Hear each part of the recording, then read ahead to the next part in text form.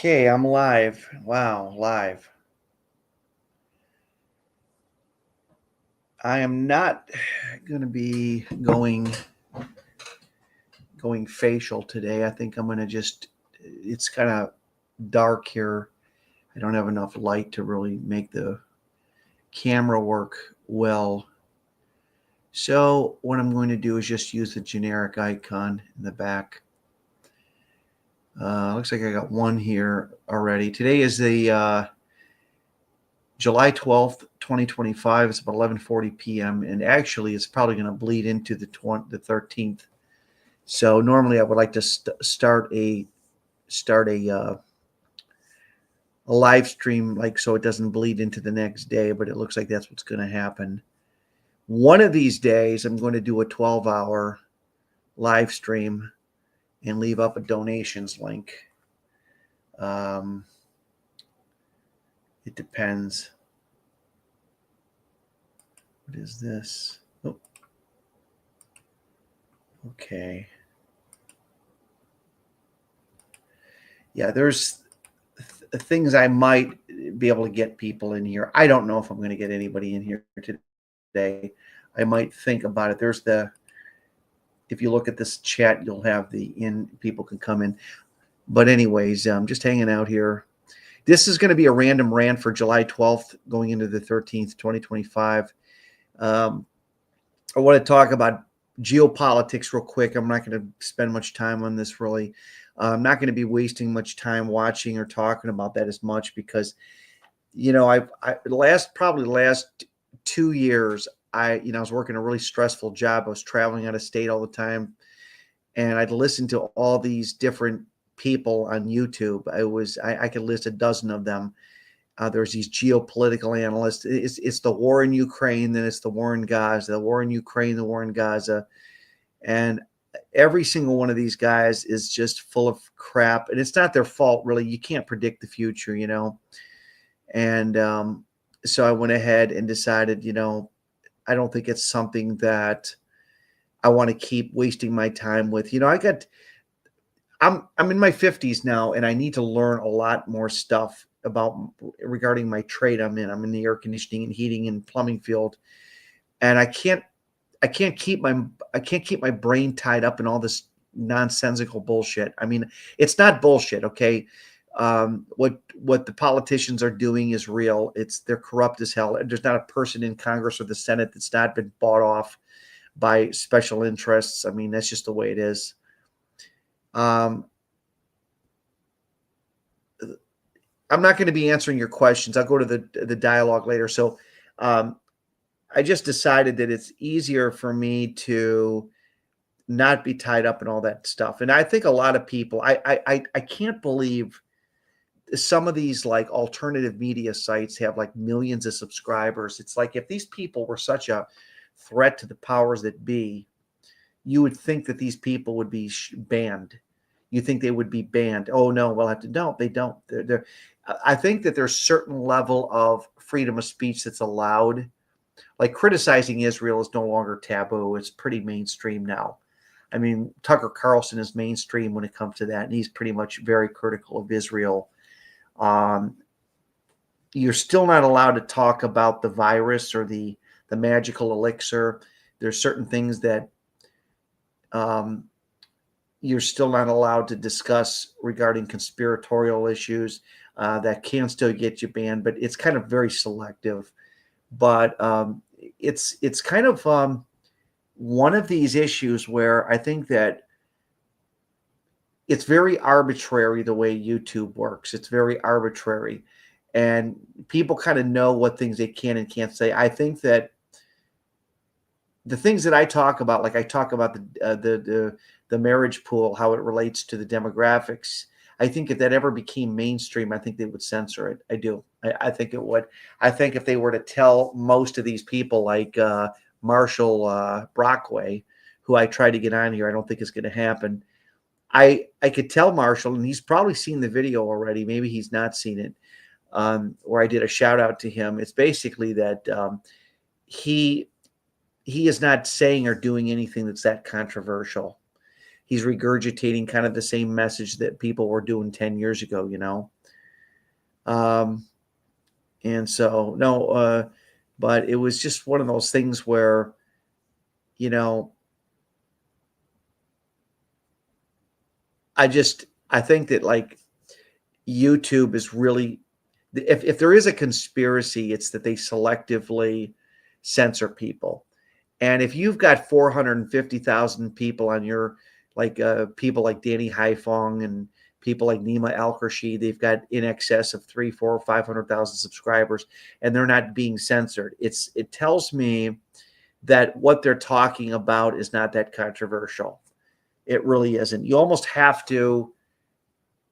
It really is. It makes me wonder if these people that start their YouTube channels are doing this organically, then I must be a dipshit from hell, because I've kind of wondered, you know, they always say that, you know, you can kind of gauge your channel by the traffic that you get to your channel. And if you only did this, you only did that, and you created a brand. Well, I could create a brand right now. I've got a couple ideas to create a brand, but I don't do I have the ambition and the time to do it? I don't know. It's one of those things where I've decided it's up in the air as to how much real ambition I have putting that together, you know. So that being said, and then, you know, some of these people are able to, like Raymond, he's only got 23,000 subscribers. Raymond Thoughts in Mind, he's already making a living doing this. I don't know how he's doing. I guess he's got alternative channels. I guess he's able to expand his message.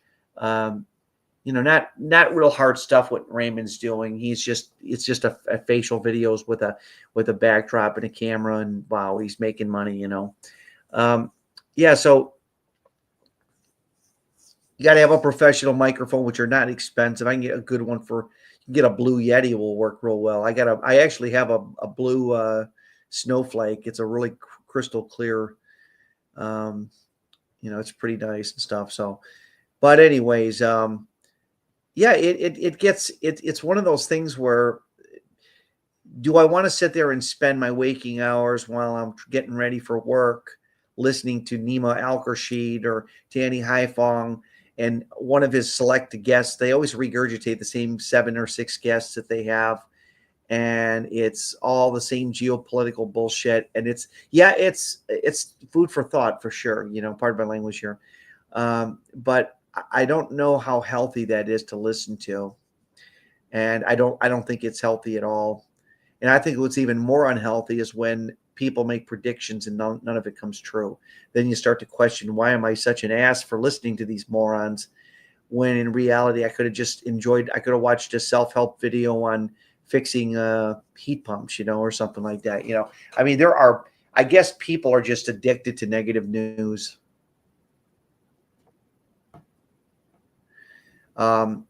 So anyways, yeah, people are mentioning a certain person that used to come in here. So I've decided to kind of get away from that geopolitical stuff. I mean, I was upset with the wonderful bill that not Bill, that Trump passed, because one thing I'll say about Trump is he's not making any decisions. He's just an actor. They've given him what do they call that? They've given him the go ahead to just go ahead and just be an actor, basically, and put on the role that he's making all the decisions when he's really not making one decision. He is just his ego. I think they put him in a room and they told him, look, you can do your acting and we will call the shots as far as like passing the bills and things. Really, yeah, I mean, we don't have much. Freedom is an illusion. I think all of us have to realize that it really is. Went out today. I went out to I went to a dinner tonight, an outdoor dinner, and I met with an older gentleman friend of mine, and I'm not going to say where it was at, but it was a lot of people there, and it's typical couples, boomers, couples. Pretty girls are always happy. They're dancing with themselves. And, you know, I've said this before, and I started to make a video and then I decided not to make one. It was something to the effect that, like, these private, semi-private parties, they're still racially very segregated because they're, when you really look at the world for what it is, people really want to be around their own people, I guess. And not that they treat their own any better. It's really weird. So, anyways, I was out today and I was observing, just typical demographics. It's, a lot of old boomer guys with their wives and or their girlfriends. And I got to the impression, I says, yeah, this is typical. Every woman that's there is in a relationship or got kids and still in a relationship. No single dudes. I mean, I saw one guy sitting by himself, and I wanted to. Actually, I was talking to this guy, but he was kind of elusive. He was a pretty nice guy, but it's my theory, and it's strongly, is that this singles epidemic for men is worse than people will admit it is. But as long as able-bodied winners in the world can get out in public and show their faces, you'll never see this, because you would actually have to get these men who sit at home and eat Uber and play video games all day. You'd have to get them to go to these events. And then you could see the contrast of how many single men there are. But I don't think most single men, single men are like amputees. They don't show their faces in public. Single men are like blind people. They don't get out in public very often. And that, to me, is very problematic, because it creates the illusion that you're crazy when you're really not. And you start to see everybody's having a good time. Everybody's got a nice car. Everybody's driving. Everybody's got a new set of wheels or something. And you start to think, everyone's got a hot girlfriend it's an illusion which you're seeing, that you're saying seeing is believing, but what you're really seeing is a select few of people, so you're really not getting you're getting a view of the tree, not the forest. And I think that that's kind of always the way. It's very difficult for humans to see the whole forest. We're too busy looking at the trees. And you can't really dissect the excess male population, because there's no way. Okay, for example, they brought in a couple of years ago like 150,000 Afghani men into the country, but you never see them in huge numbers. You just kind of see them scattered around. And anyways, it was one of those things that, I don't know. It's just you gotta. I'm too busy reading the comments here, and I need to stop reading these stupid comments. I guess you guys can communicate with each other. If I buy a subscription to this StreamYard, I'll be able to you'll be able to read the comments on the stage itself. But I don't know if I'm ready. If you guys want to pay for a subscription, you guys can make it. Hit the donate link. It's at the front of my page. You guys know where to go. If you guys want to make a donation in my page, you'll know where to go. Anyways, yeah. So this, I'm not getting into the facial videos here today, but so I was out at an outdoor event today. I was all you can eat event. You pay a flat fee, and a lot of live music going on there. Sat down with my buddy, and he's a married guy. He's an older gentleman, friend of mine, and yeah, it's kind of the idea that what you see is not what is reality. Pretty girls all dancing and having a good time. Well, yeah, I guess they are, but if you've got young guys in this community, in the TFL True Force Loneliness community, who look like Marshall, this guy that I talked about, if they look like him and they can't get a woman, what does that say for guys that are older or guys that are not as good looking? I mean, I looked at his picture. I don't think he's a troll. I think he's authentic. I just think that he's got a lot more subscribers because he's good, fairly decent looking, and he can do that, But anyways, let me see new comments. Yeah.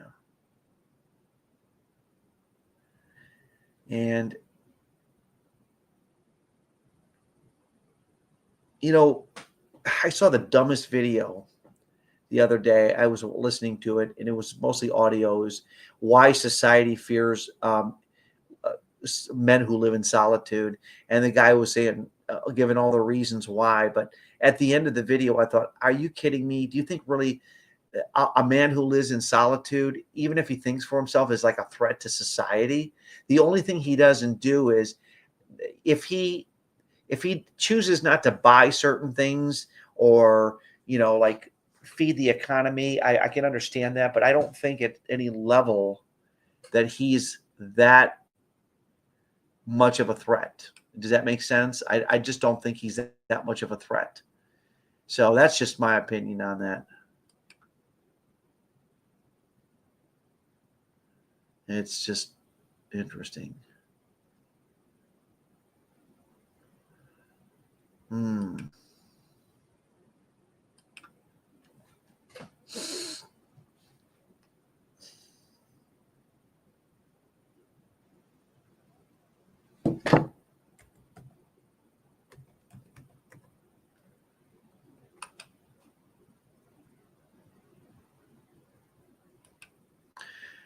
Yeah, you're not a threat at all if you're running around talking about how men who live in solitude are. It's almost like laughable. It's like saying MGTOW is a threat to society. It's not a threat to anything because most of these men that choose to live in solitude are being sent their own way in the first place. So if somebody makes a video, why are independent men the most dangerous? Dangerous in what way? They're certainly not physically dangerous. They pose no threat. In fact, a lot of people say good riddance that these, if people like Brad Pitt would go into solitude, yeah, I guess it would be a bad thing for some women. But um, this idea that like men who are alone and live in solitude and read books and read Rudyard Kipling's books are somehow a threat is just ridiculous. They're if anything, they're just like good riddance.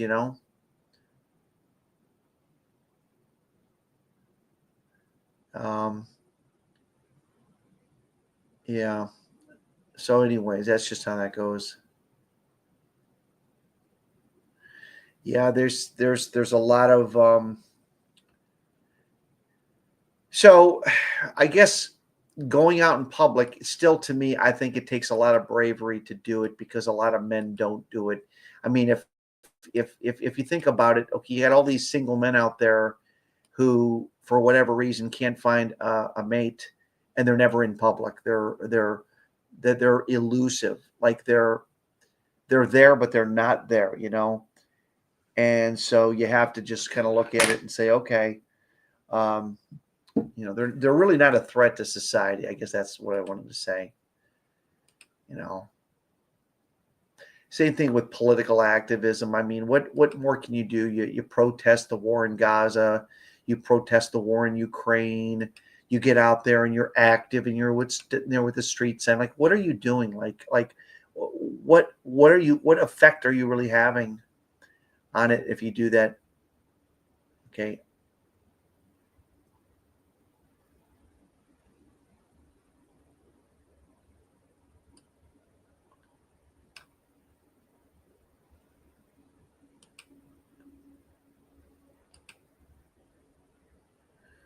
Yeah, I think a lot of these people that want to.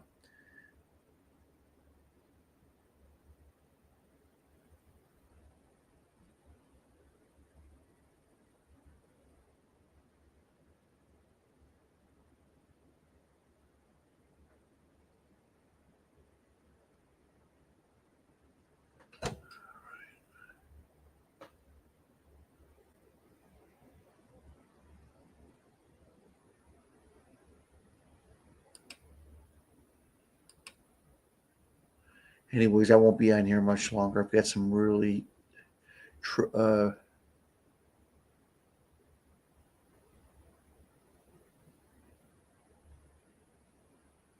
so I think that a lot of the people who come in here sometimes, I'm just sorry, I'm reading some of the comments here. It's hilarious because a lot of the people that come into chats. I don't even know why they're even here. I mean, like, are you sitting like in a very uncompromised position?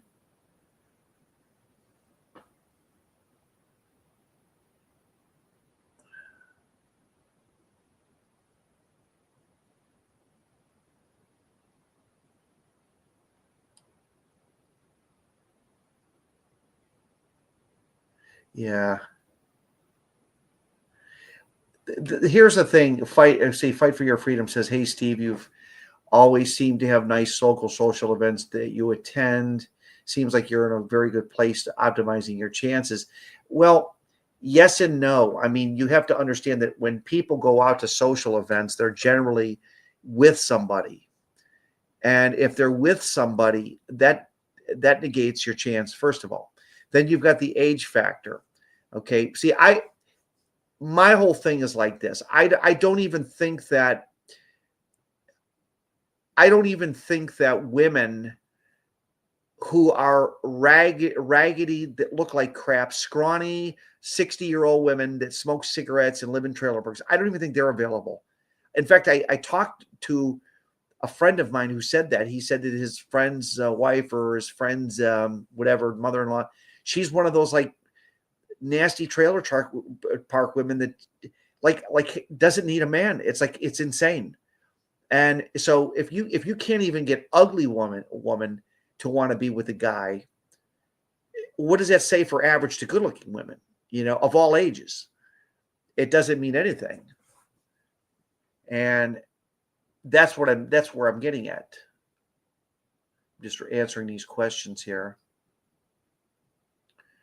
Okay.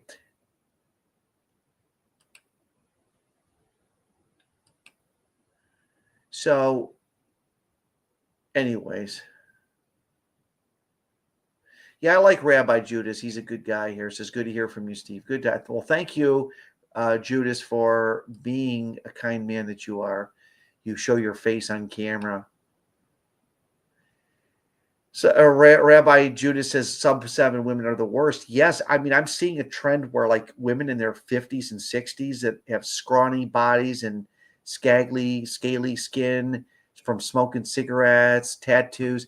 Even those women are like as if who'd want them. I'm not saying who'd want that. I don't want to sound cruel, but like they're picky. Like, are you kidding me? Is it getting that bad where people are going to dumpster dive? It's like First of Insomatics one time said, he says, it's a race to the bottom. That's exactly his words. It's a race to the bottom. And he says trailer park women have 10 times more options. Hey, man, no, I don't think I'm going to let this person in my chat. That I don't know who this person is. They'd have to put their face and wave to me. I don't think they're going to do that. I'm going to kick them in here. No, I don't think so. I guess if I could, I don't know if I can mute their video at the same time. Ban, kick. Oh God, I don't think I'll be bringing this person in. Unfortunately, I don't think I'm going to be bringing them in. No, he uninvited himself. Good.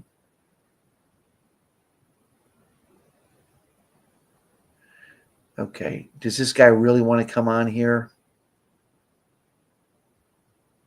What's that? Okay, go ahead. I'll let you in.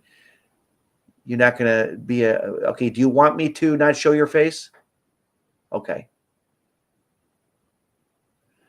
I can't even hear you. I wish I could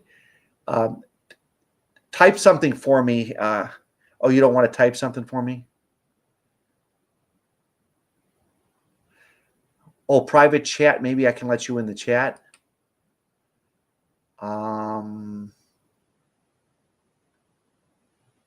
Should I add you?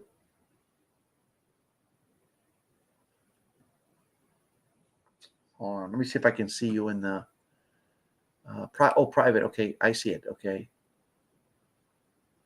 What? Okay, I'll ask you the question.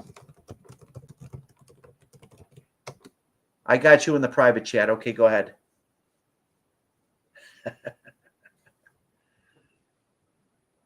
Okay, I just okay, good. I'm glad you're a big fan. Did you want to get on here, or did you want to? Did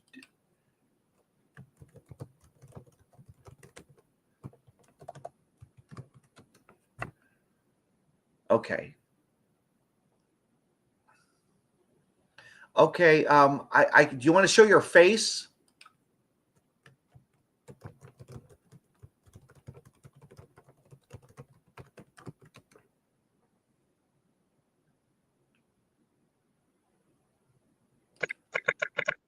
Okay, go ahead. Yes, sir. Yeah, go ahead, sir. Hey, I just want to first of all, I just want to say I'm a big fan of your channel. I've been following you for years. I mean, I'm Yeah. talking about 10 years ago, dude. I was Yeah. in high school at the time. Yeah. And I just want to say I'm a big fan of your channel. I think a lot of the things you say hits on point. I understand why you don't bring people in here because I'm that way too when I go on StreamYard. Yeah. I wanted to kind of piggyback on something you said about even the ugly girls seem to get a lot of attention. And Yeah. I couldn't agree with you more. It's so true because even like I have Yeah. homegirls that have like multiple kids, multiple fathers, not really Yeah. attractive or semi-average, and they want a Right. guy with no kids who's extremely handsome. And I'm like, where Yeah. do you go off like the rim, like with all these high demands? You're not even in, excuse me, poker position to make that bet. And they're like, Right. oh, that's because those are guys in my DMs. I'm like, yeah, but they're just trying to sleep with you. There's a big difference. I have a question to ask you. How Yes, much sir. of this how much do you think this is your imagination? Okay, I went out to an all night event tonight. It was a nice event. I they had free, it was like it was a steak buffet and all this stuff. But my question is, when you go out in public and you see couples and you see people, heterosexual people, or like my husband, girlfriend, boyfriend, I think that's a small subset of what's really going on in society. I don't. The winners are the ones that show their face in public. You know what I'm saying? Absolutely.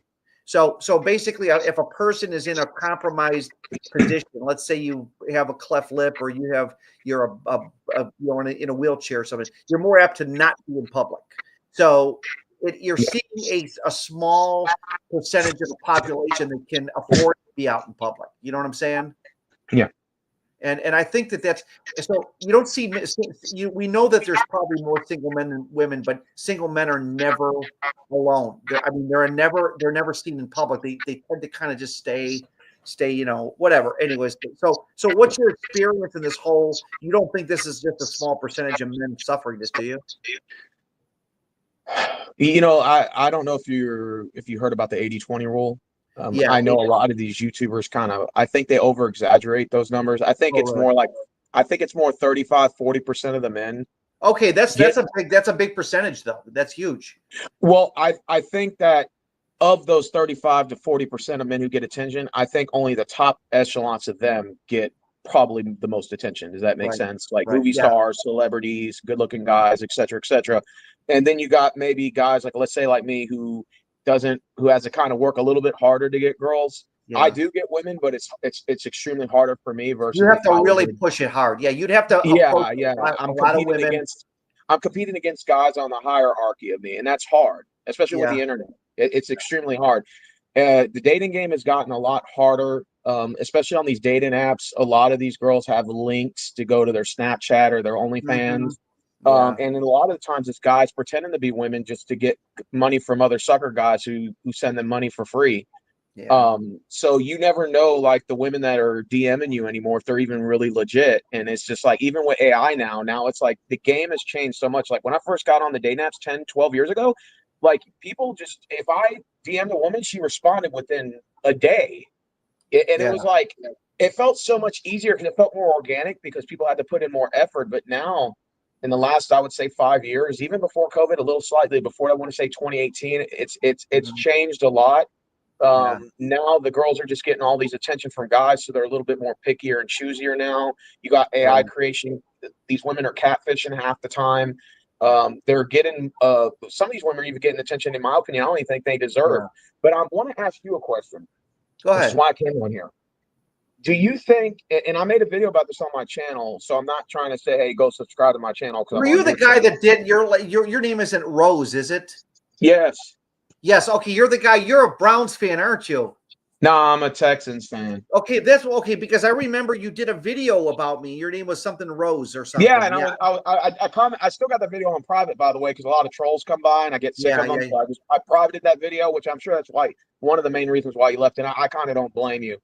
yeah, My question to you is, and this is just kind of looking outside the box. yeah.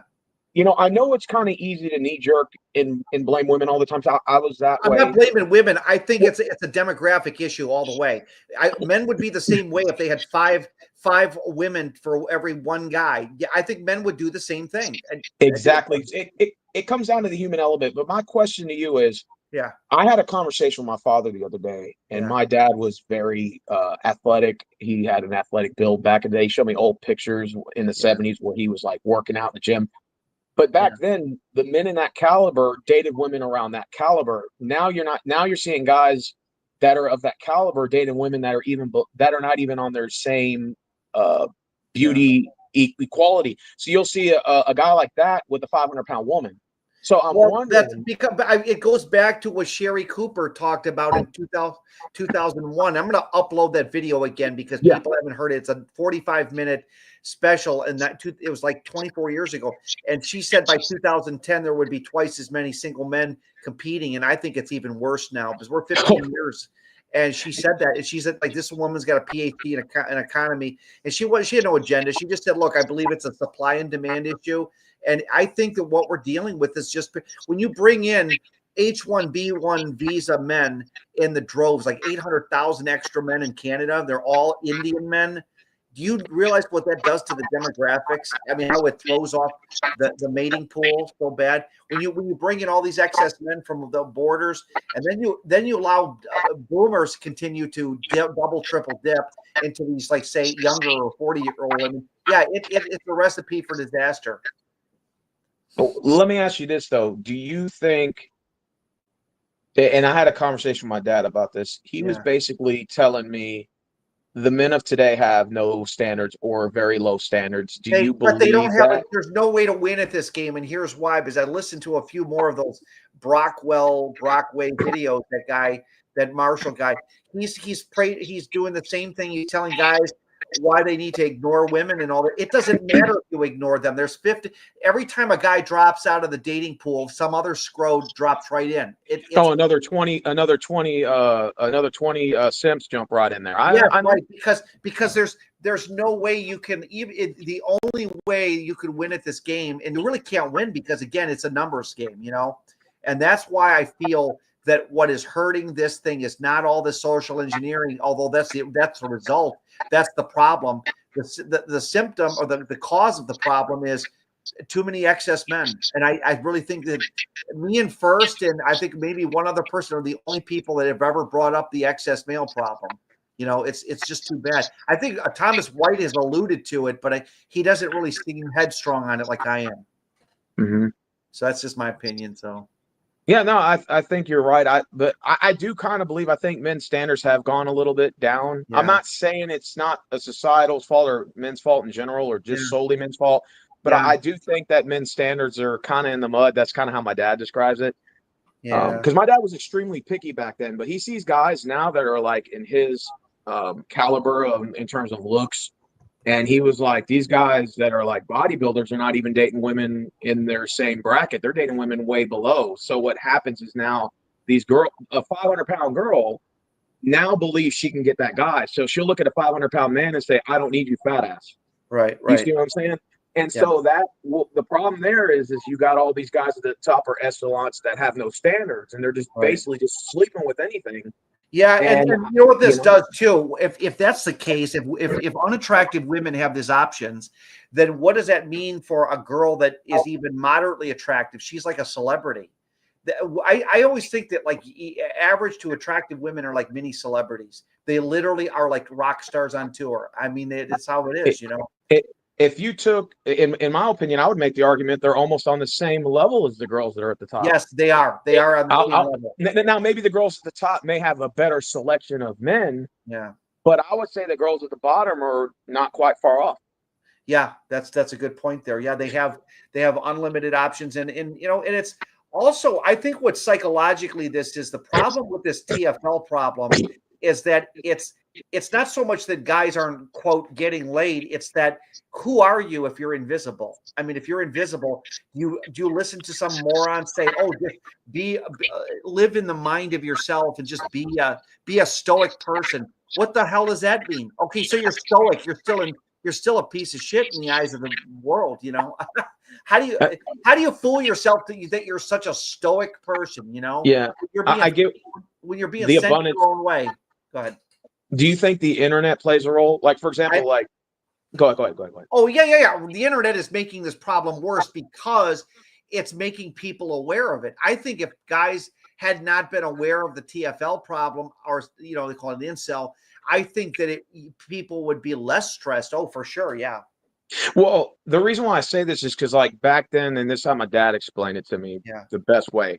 So he said back then in his high school, he only had to compete with maybe like 15 guys that were in his level.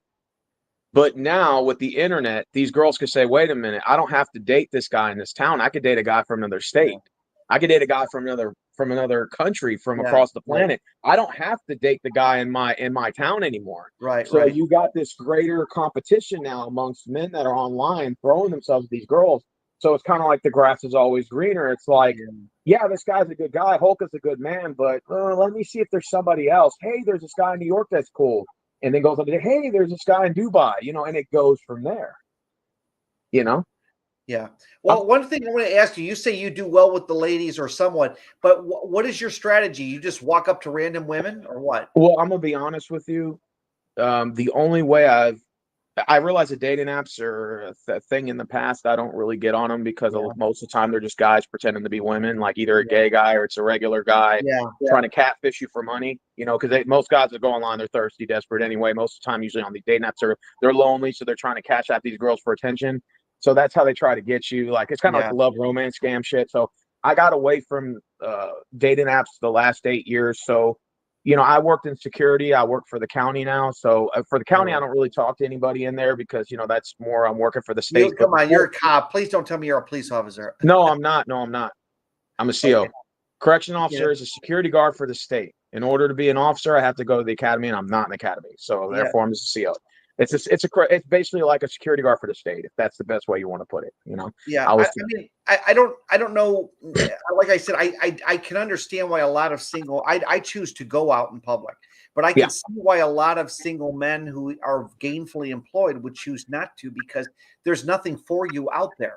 If all you do is you go out in public and all you see is a guy and a girl, a guy and a girl, a guy and a girl, what does that say for you if you're, and I can understand where Bill Greathouse's sentiments were exactly what that's why I caught on to Bill Greathouse back in the late 2000 decade because what he was saying was spot on about like a TFL. That's what it represents is how you get the impression that when you go out in public, everyone's doing well, and maybe they are.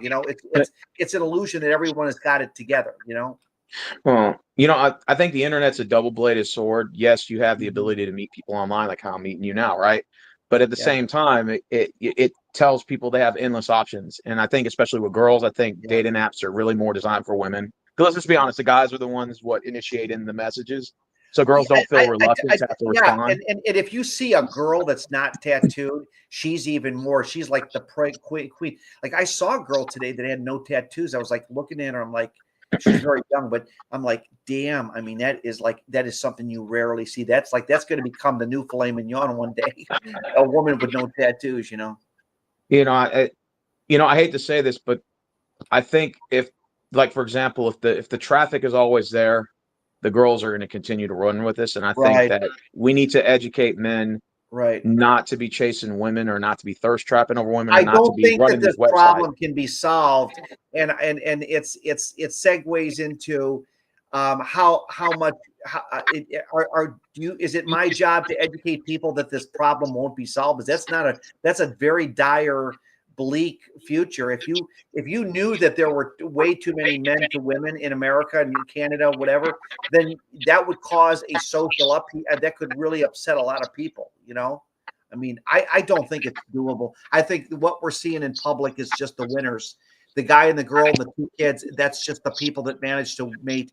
Most, I'd say more than half the men are going to not have kids or more. Yeah, unfortunately, the way I Yeah. dummied it down is like this. I think that men are, and I don't mean to say this in a bad way, so I'm gonna try to explain it right. Men are born a loser, if that makes sense. Yeah, And what I mean by that is men are born losers. That's a good point. They're born losers, and it's their job to bring themselves up. Women are born winners, and they have to work hard to bring themselves down. Isn't that crazy? so It's just my the dad opposite. told me That's completely exactly true. this. How my father told me this. This is the best way he summed it up. He said, "Men pay for their mistakes early in life. Women pay for their mistakes late in life, especially their poor dating choices." And I tell my homegirls this all the time. When you're young and at your highest peak of attractiveness, and you got a bunch of guys coming, that is your prime. You better try to take the best man, the best offer. If you blow it in your 30s and you rack up all these kids with different guys, I'm sorry, but your options are going to be very limited. In their mind, they think it's forever. No, And I'm like, but no, you're it's right. not. But if the girl's good, if the girl's good looking, she still has options. I disagree. Well, If she has options, but it goes down. Yeah, it goes down, right? Now, how do you It like goes this down as you get older. philosophy? A man needs $1 million to get what he wants. A woman is $1 million, so she's already got what she wants. In other words, a woman literally is $1 million. A man needs to earn $1 million to be attractive. A woman already is $1 million. She doesn't need it. I mean, that's kind of the way I look at it. Men are losers early in life. Women are losers later in life. Right. And, the analogy is that, have you ever heard of the evil librarian, the girl with the wrinkles in the library that's like, be quiet, notice how she's never attractive? Well, that's what I'm implying is they can pay for their mistakes later in life. It's like, in other words, your value's handed up front. You didn't have to earn it. That's why girls get all this attention from all these guys, because they're young and attractive.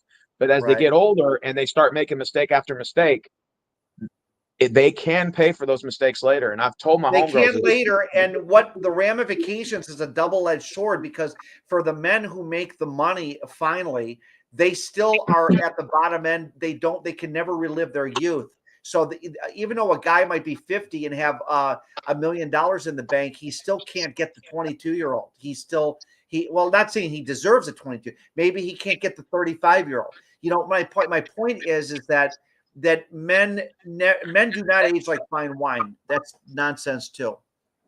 Okay, fair enough. Well, I think what that meaning is that if men build on their character early in life, they can earn the fruits and labors of it later in life. That makes sense. Yeah, they can. They have maturity levels too. Boy, it's not like you're an older guy with all your house paid off and you got two cars paid off, and then all of a sudden like women are throwing themselves at you. It doesn't work that way either, No, it's just my dad told me this one time. I was like 14 years old. I'll never forget. He said, "Son, look, I'm gonna be honest with you. As a young guy, you're gonna get ignored a lot. Girls are typically gonna." Because I asked him about women. Your father is not in a position to do that because he doesn't understand modern dating. He doesn't really understand that. Well, I understand that, but he was basically telling me that young men get ignored early in life, and then if you build on your character, you can reap off the benefits of your. I've seen none of that. I've got my shit together more than I've ever had. I don't. I'm not saying that it doesn't happen. People I understand women like guys that are carefree and funny and all that stuff, but why does it have to be a requisite? Because not everybody can be a slapstick comedy. Not everybody can be Robin Williams. I mean, that's crazy. That's true. Yeah, but I saw you another sports show one time, and I didn't want to. I thought you were a Browns fan. I thought you were. No, I'm a Texans fan. Longhorns and Texans. Okay, but the Browns. They're going to be another shitty team, another year of shitty football. Probably. Yeah, I'm on Moohead Radio. I go on his show, and they talk Browns. They talk Cleveland Cavs, Browns. He's a funny guy, man. By the way, if you haven't subbed to Moohead Radio, he's real cool. I've seen him before, but he obsesses over. He says, "I'll never watch them again," and then he comes back and he's always watching them. But that's what's fun about watching him. He goes on these rants, and you're like that fly on the wall that just wants to watch. Like when you go on your rants, I'm that fly on that wall. He's another guy that he is funny though. Yeah, he is funny. Yeah, But he is. anyways, I have another. This other guy Okay. named calls himself Excess Man once. Okay. Are I'm you gonna let done? him Or are get you on, pretty and I'm much? gonna get off, and I'm gonna let y'all talk. Okay. Thank you for All right. having me Thank you. on. You have a great day. Thank you. All right, you too, brother. Yeah, his name is something Rose. I forget what his name is, but he's a cool guy. He's been on Moohead Radio a couple times, and Moohead is this guy that's a Browns fan, and he's always bringing up the Browns. Um, but anyways, yeah, this guy, I'm gonna boot him. This excess guy, I don't think he's real. I'm just gonna kick him. Boom. No point in bringing. Anyways, anybody else want to come on here? Fine. If not, that's okay. I had 55 here. Yeah, I bring up kind of like my observations that, and it's nice to hear other people talk though. And it's good to have him talk because he actually did a video to me years ago. And he was in his car, I think, and it was a really cool video, but he's really cool. I see you kicked me. Yeah, I did kick you. Excess. I don't even know if you're a real person. Well, I know you're real, but I don't see who you are. I need to see your face, and then I'll let you in without your face. How's that sound? We met on Thomas's. No, you're not the same guy. You are not going to convince me the same. If you put your face there and I can see what you look like, and if you're that guy I think it is, then I'll let you in. Okay. But if you're not the guy, I'm just going to kick you out of here. I'm going to kick you, boot you off my. So put your face. Let me see what you look like. Okay. When you come out there, I'll give you got the invite link. You can show me who you are so I can know who this person is. And then you can jet, but I think you might have. Somebody says, I think the U.S. Empire is unraveling slowly, and AI and unemployment are front and center problems, but male loneliness is so debilitating, and it shows because men cannot stop talking about. Okay, I will say this too. Hell with a Dashboard Light did something. He said that he did a video years ago called "The Ultimate Goal is Male Unemployment." Or mass unemployment. I think he said mass unemployment. It wasn't male unemployment, it was mass unemployment. And he was lamenting about that really the ultimate goals of these rich people are just to get everybody on some sort of, I don't even think they're going to get money. I mean, I guess that you're going to see weird stuff going on. Let's see. Excess mail. Oh, this is him. This is the guy. I guess he wants to be on here. Okay. Okay, let's bring him in. What's up? Oh, this is the real one. Good. Yes. Yes, I'm not a phony. No, I know. But I have to vet these people because you get these excess scrodes that want to act like morons on here, Yeah, there's a lot of dummies in this Yeah. little corner of the internet is what I've learned. You did since didn't I you do found it. you did a long podcast with Judas, is that correct? Well, I've done a few with Judas Okay. actually. Okay. So my question is that you know that my claim to fame is believing that the excess male problem is real. Do you think that we have an excess male problem in America, or you think that it's a 50-50 ratio of men to women and relative of the dating, mating ages?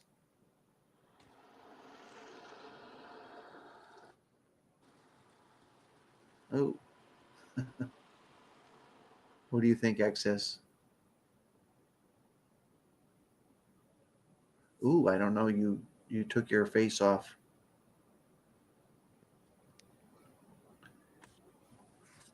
Okay, did you want to?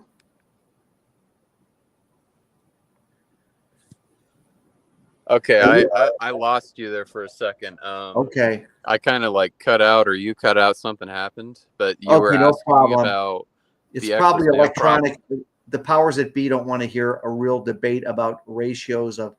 Do you feel that there are too many excess men in America in the Western world? I believe that this is at the crux of this is the top of the pyramid of the problem, which segues into feminism and all this other nonsense. Because if you make something less valuable, you can make, if you flood the market with something that's ubiquitous everywhere, it's going to have less value. I just do. I think that if you have 4 men to every woman, which I think is very realistic, that would create a social hierarchy of problems, such as a situation where women basically could have their pick of the litter. Yeah, of course. So why is it so hard the for people? Why is it so hard for people to accept that we might be living in an excess sausage fest? It seems like people get offended by the fact that if it's true, it might be the end of the road for most men. If it is a sausage fest. Well, people they don't, on a subconscious level, they realize that they keep running into sausage fest, but they don't think about why they keep seeing sausage fest. They don't actually question why they see what they see. Okay, I don't see sausage fest as much as I see couples. I think the sausage fest is not present. The sausage fest is no longer the bar scene like it was in the 90s. The sausage fest is the guy staying at home ordering Uber food or Uber Eats while he plays video games. And I know 3 guys in my neighborhood who do just that. And they're single guys living alone, got a job, and they just do that. So I think the sausage fest problem is not the ubiquitous go to the bar in the 90s and ladies' night. I think that when you go out in public, you do see couples.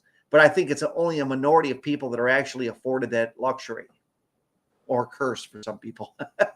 Well, the thing is yeah, like I live in a major valley. When on a Friday night, Saturday, I often do see couples at the mall, the parks, Right.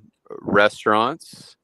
But where I am, I continue to see on, these times of these venues where they do get really congested, is Right. where I do continue to see actual sausage fest, where there will be way, way too many men Yeah. within one venue or one area compared to the women. Right. So you live in California? No, I don't. Okay. I live in a state not far from California. Okay. It's a Which is pretty major the valley. West. It's a sausage fest. Anywhere out west is a sausage fest. Cali in particular is Yeah. really bad depending on the city that you're in. Yeah. So I don't know if this statistic is accurate, but I assume that it is. I know that, like, depending on the city that you're in California, there's going to be anywhere between 7 to 12 males for every 1 female. Right. That's like Silicon Valley, right?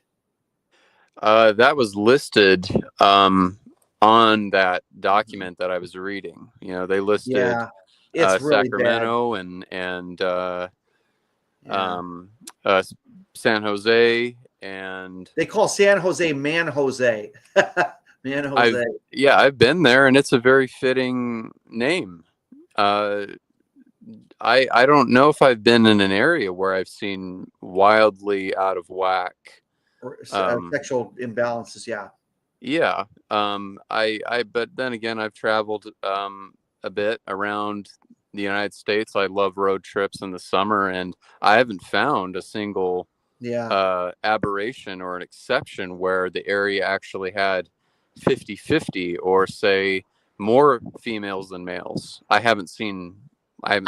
have seen some statistics on some small towns, at least in the last few years, not recently, because these things can change overnight. But there were a few towns in Indiana and Ohio where I looked at the ratios, and it was like 55-45, and the average age of the city was like, say, 35. I think what happens, though, is that a lot of men have left these towns, but it's unlikely you would be able to meet a country girl, because they're very insular and they kind of only gravitate toward their own people. It's a very kind of like, it's not something that you can hope to get into that.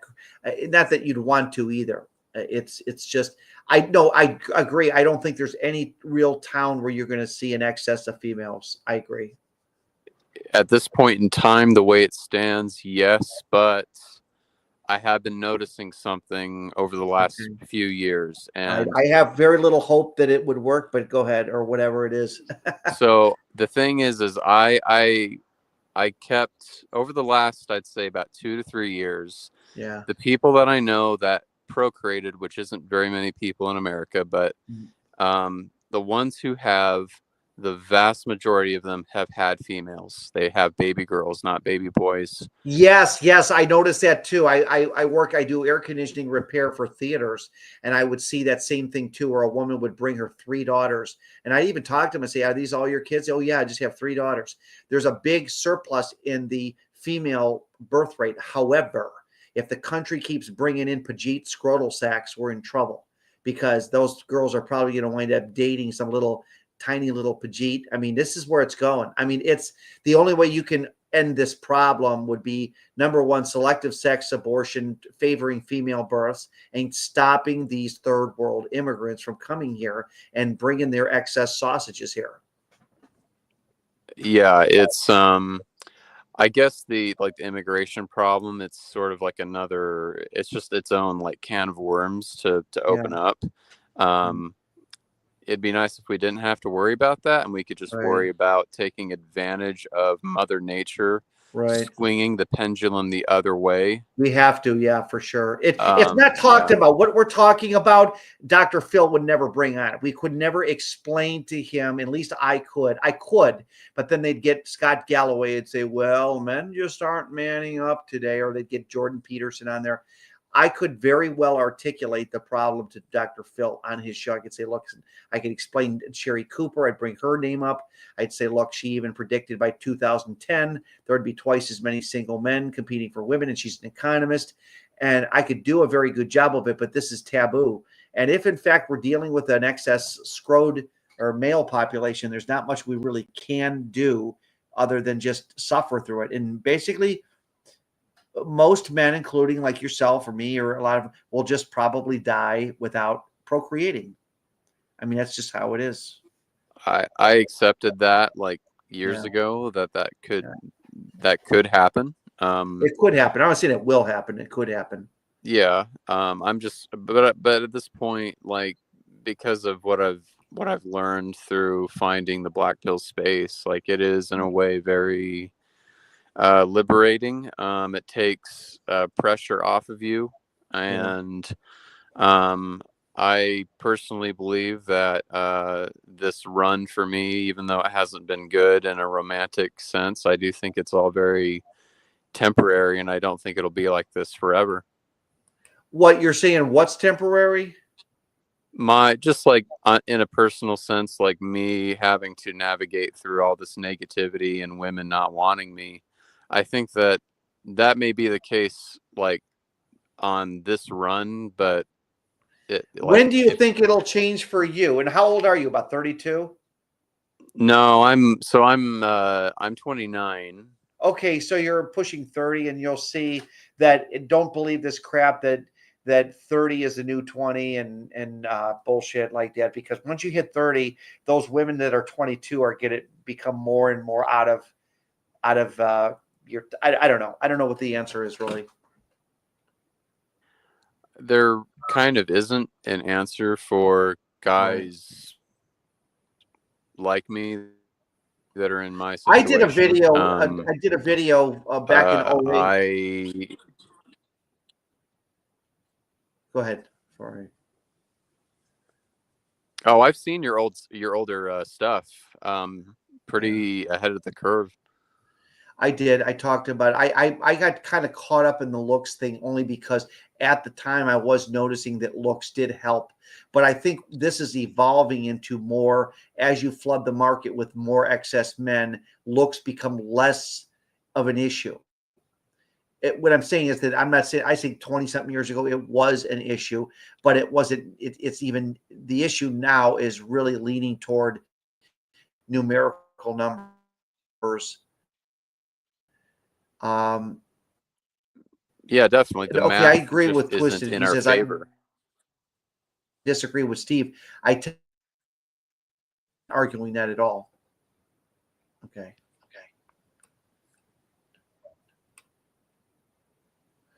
So anybody else? I don't know. What excess male? You call yourself excess male for a reason. You really believe there's an excess male problem, obviously. Oh yeah, absolutely. That was one of the first things I realized. That was one of the first things that got me out of the blue pill conditioning. Yeah. Was like looking just at what surrounded me and beginning to question, you know, how come every time I go to some place that is a real attraction, gets a lot of people, how come every time I go to some event, a restaurant / bar on a Friday night, why is it always male heavy? Like there's something about this puzzle that I'm not really grasping, but I'm seeing the evidence and it's telling me that there's actually numerically not enough women, particularly for my generation. Yeah, I think so too. And it doesn't help when Canada brings in excess 800,000 Pajeets that are cheating the system. I guess the Pajeets, they live 20 in an apartment or something. They're insane as shit. It's a really disgusting situation because their standard is so low that nothing could ever be too bad for them.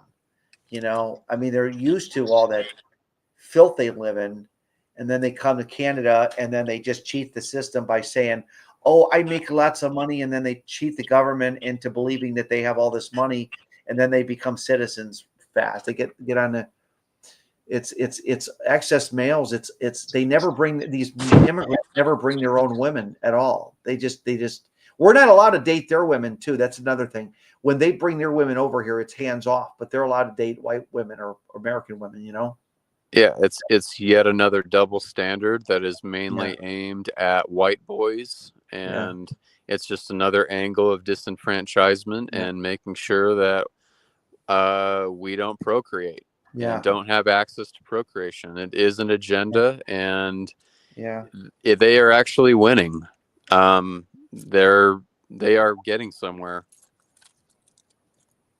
Yeah, some guy, hello user says male heavy. You should see India and Arab countries. You hardly see women on the street. Yeah, it's dude infested. It's like you can't make this up how bad it is. And so here's my question is that does this just move forward without a whimper, or does this become a social issue that the politicians just will still refuse to talk about?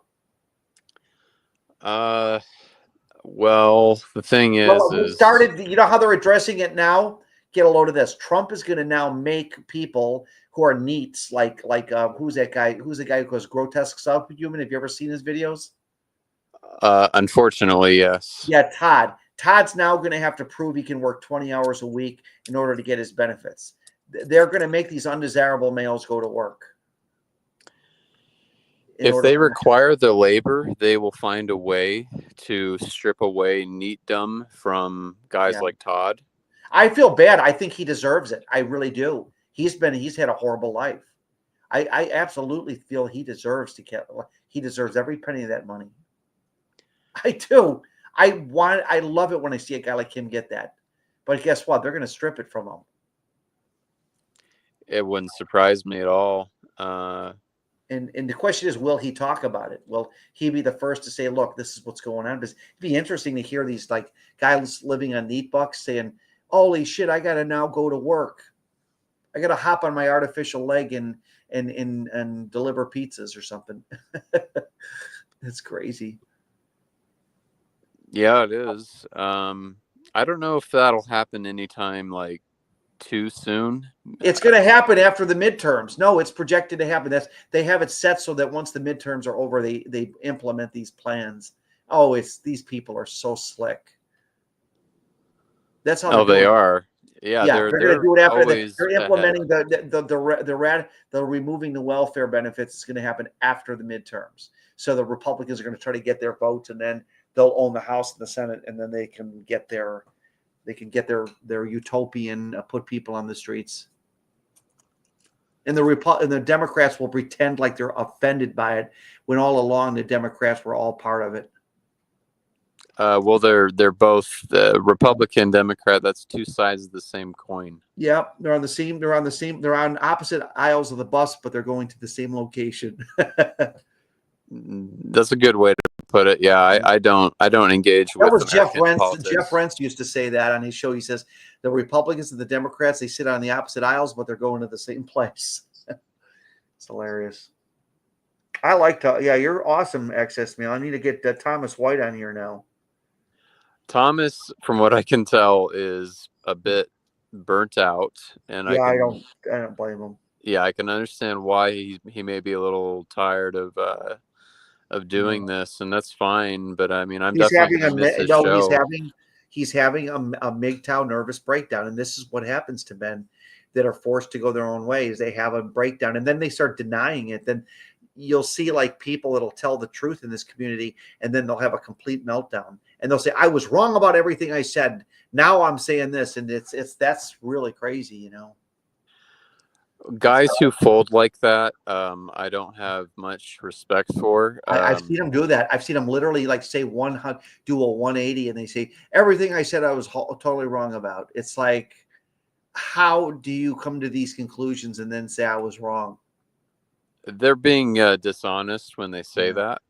Yeah, it's not real. In it's like Thomas's hating the Jays and then talking about how wonderful they really are. It's like hell, you know. I don't know. Yeah, you can't have it both ways at the same time. Yeah, So you can't just say I was 100% wrong, and now I don't know what I was saying.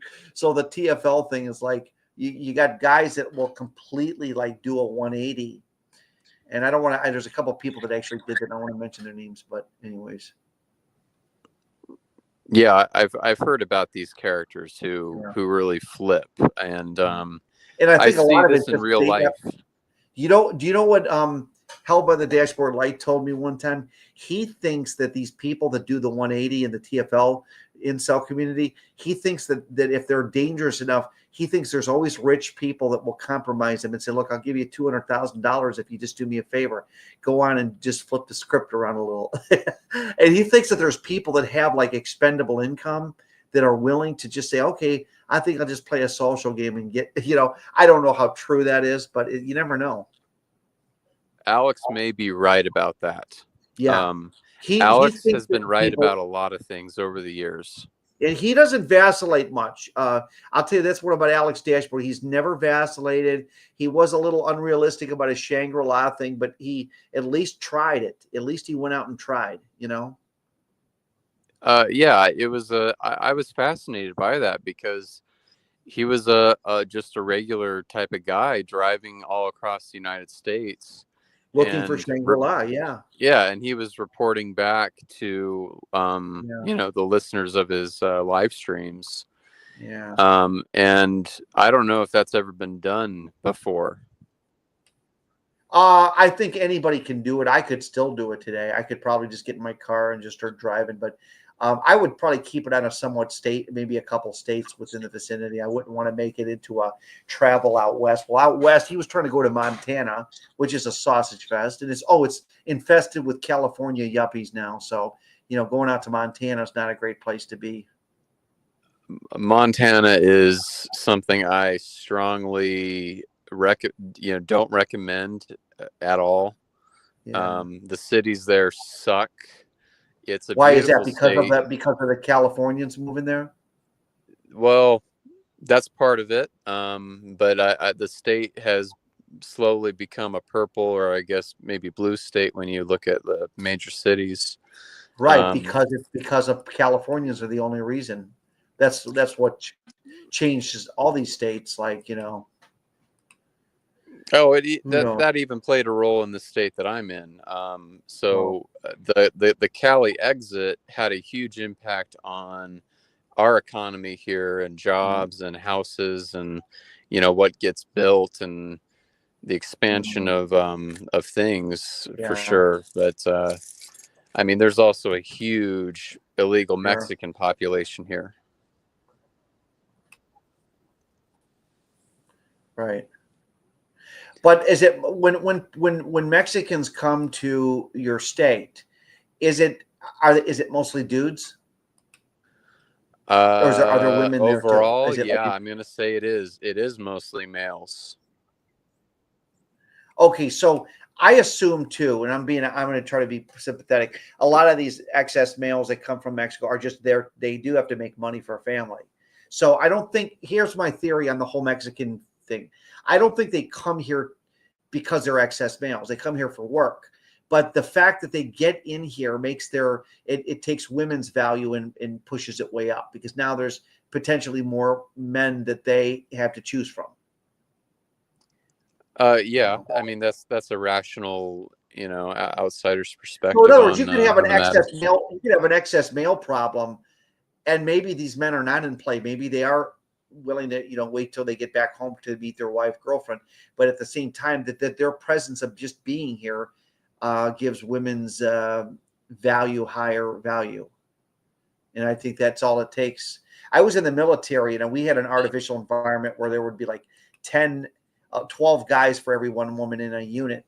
And that woman could just pretty much call the shots. It was really bad. It was really bad.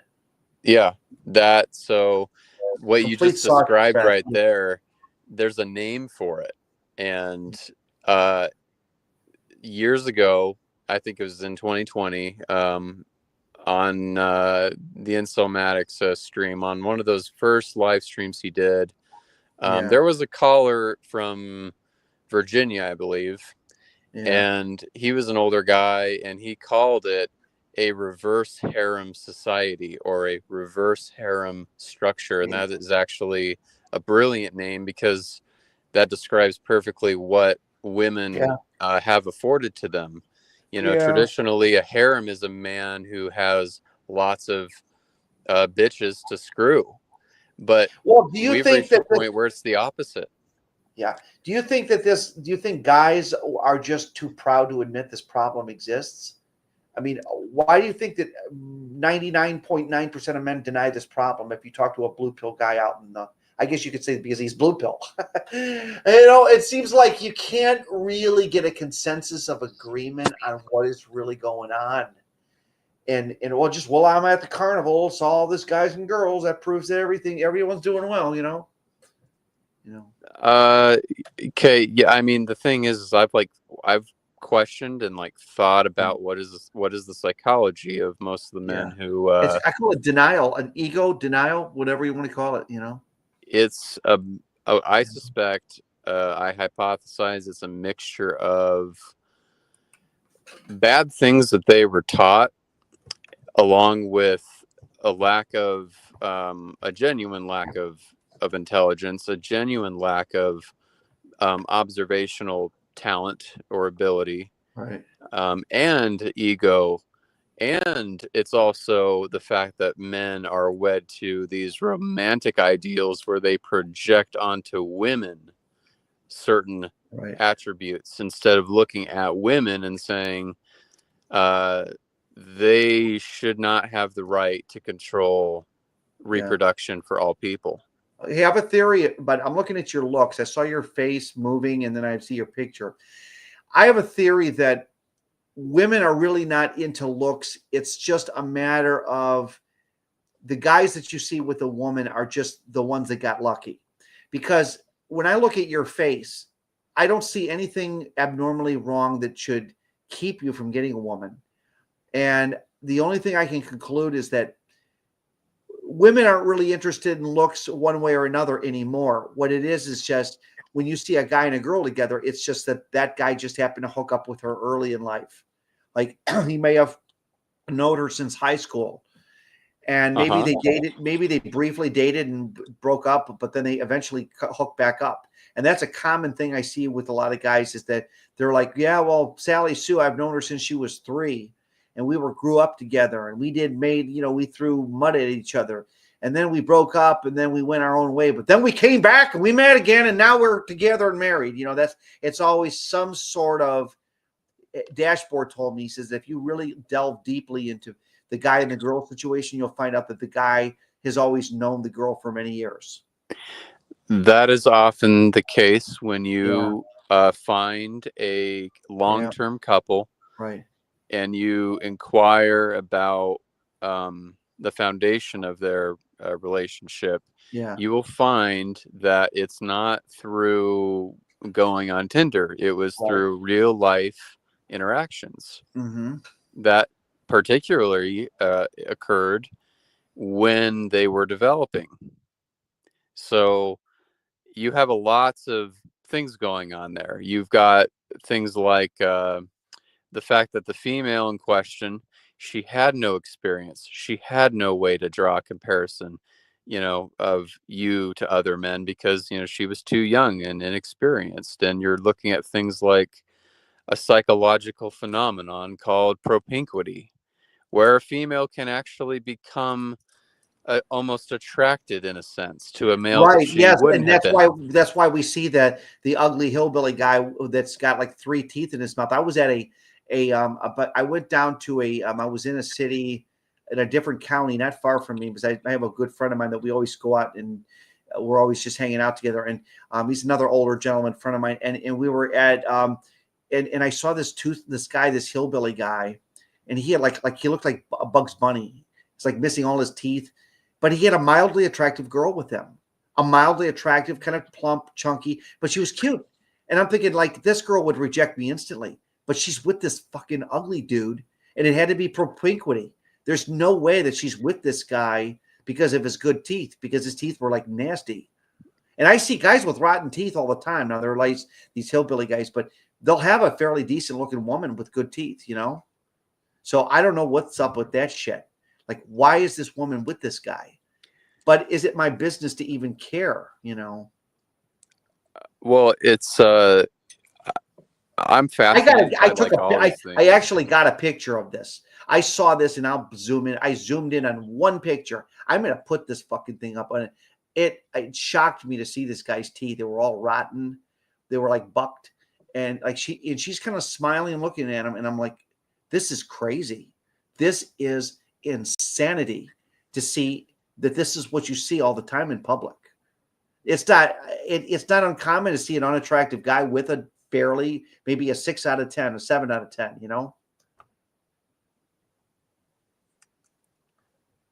It's weird. I see way more of that than a Chad with a good-looking woman. Oh, really? Overall, yes. Oh, yeah, for sure. Yeah. I don't see a whole lot of a genuine, The Chad Chad with a good-looking woman. Yeah. The guy that I interviewed, you saw my video. It was that Chad Lorraine. That guy he's like a Chad light. I don't want to say he's a Chad, but he told me like he had no problem. It's hard to gauge him because he's married now. And so I can't say for sure that maybe he got desperate and realized that, oh my God, this game is not as easy as I thought. And he settled for her. But I do know that at least early in his life, he was homeless and he was, getting some action with women. Now, I think what he did tell me was that a lot of these women were not committal. They would just kind of like, screw you, and that was it. So maybe that's the reason why he committed to one woman.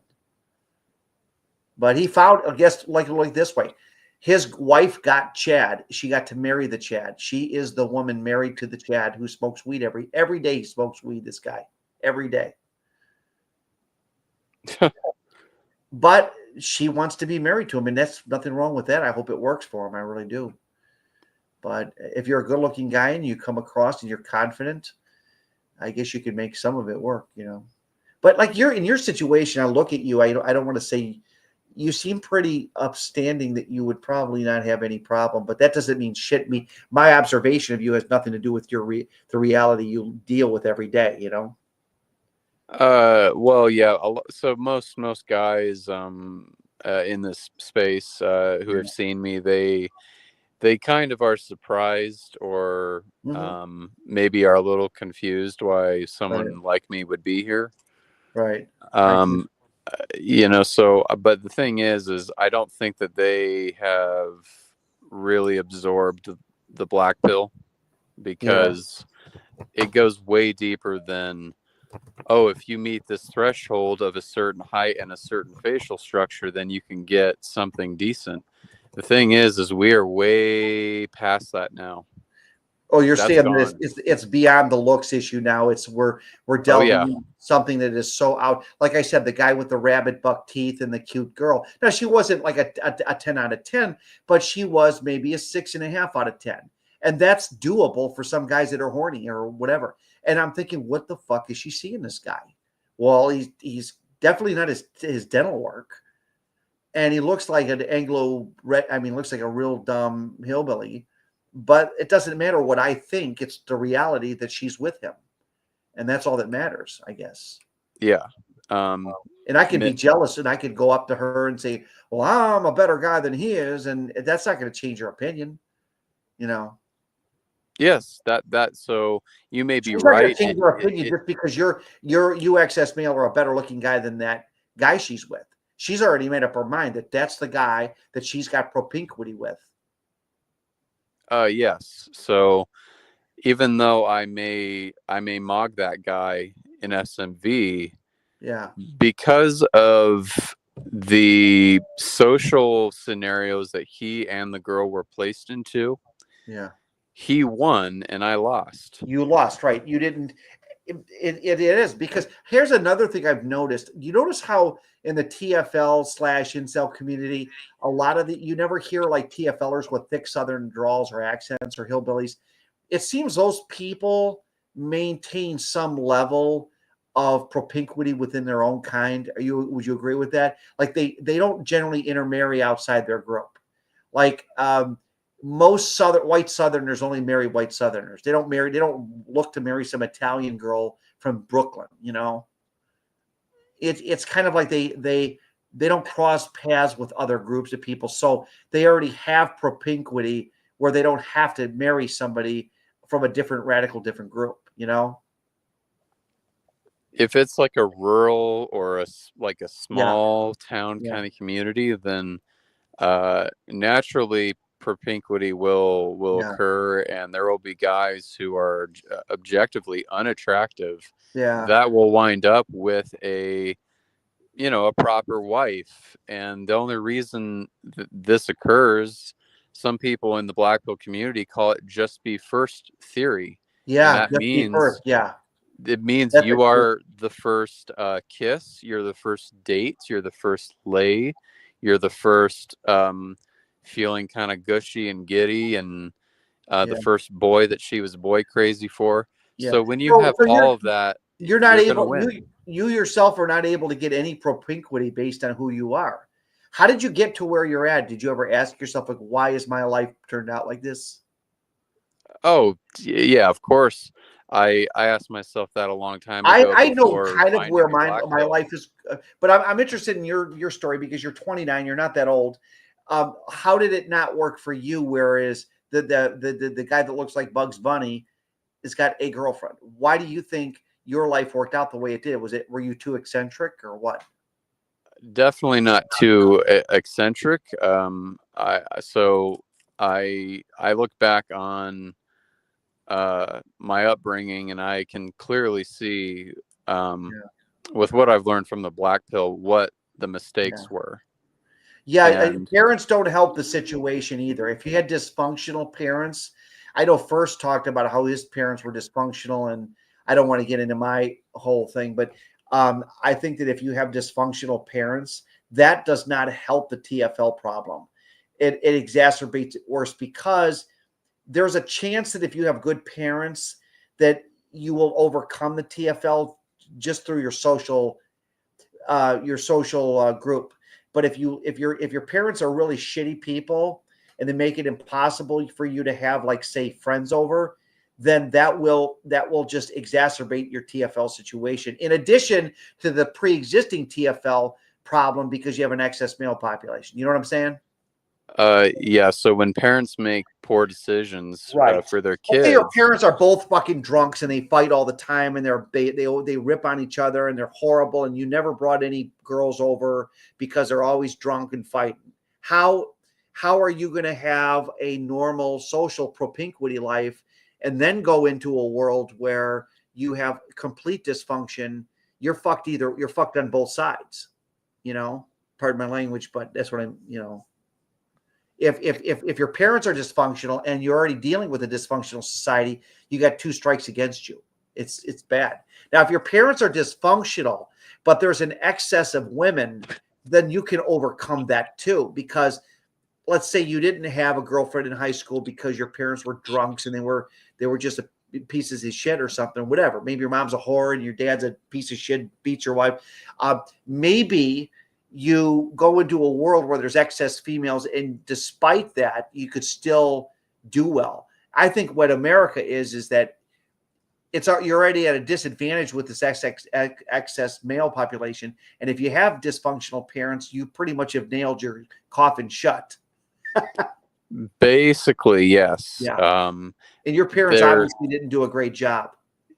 They made many poor decisions over and over and over again, which you don't have to get into. It's personal. I know it's very personal talking about what that's just very personal. But yeah, you're right. Poor decisions. Go ahead. Right. And when you're a kid, you don't get to make those kinds of decisions for yourself. They're being made for you by your parents. And so my dad was an older man, and he was born and raised on a farm in the 1940s in Minnesota. He didn't know anything about what was coming down the pike. Right. He could not have known. So I don't really beat him up for it. But I look back on the people who raised me, and they did, in fact, make lots of these critical errors over and over and over again. Yeah. And it compiles, and it's exponential. And by the time I like that. I think, by the time I graduated, I realized that what had hit me, and I realized, whoa, it's probably like too late unless I go to university, but I don't want to go to university because I hate school. And another thing on the other end, you could have 2 really wonderful parents, but you're maybe a little bit of a schlubby kind of guy and you can't get a girlfriend. And I know there's a lot of guys that are TFLers that love their parents to death. And it's not their parents' fault that they're TFL or true forced loneliness sufferers, because the dating scene. There was a British guy that I saw in this documentary. This was over 10 years ago, and he was living TFL, and he was kind of a big kid.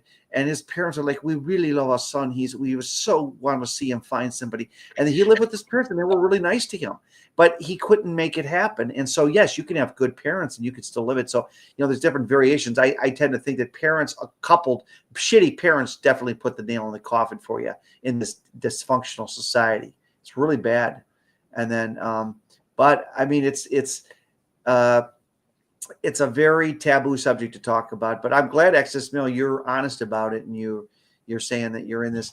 So you haven't had a girlfriend in years then, right? I've never had a girlfriend in the first place. Oh my God. Okay. I'm looking at your picture. I'm like, why? It's like, why? But it's not, you don't want to know what's really funny though. If you're in this situation, it makes me wonder how many guys who look similar to you are in this situation too. A shocking amount. Right? It's no longer the Aspergian kid who likes to play with spiders and he's got a biology degree, and he's got an obsession with playing with frogs, like in that movie Revenge of the Nerds, or some stupid thing like that, or whatever, or some stupid hobby or whatever. I mean, I think that's where we're at right now. That's unfortunate.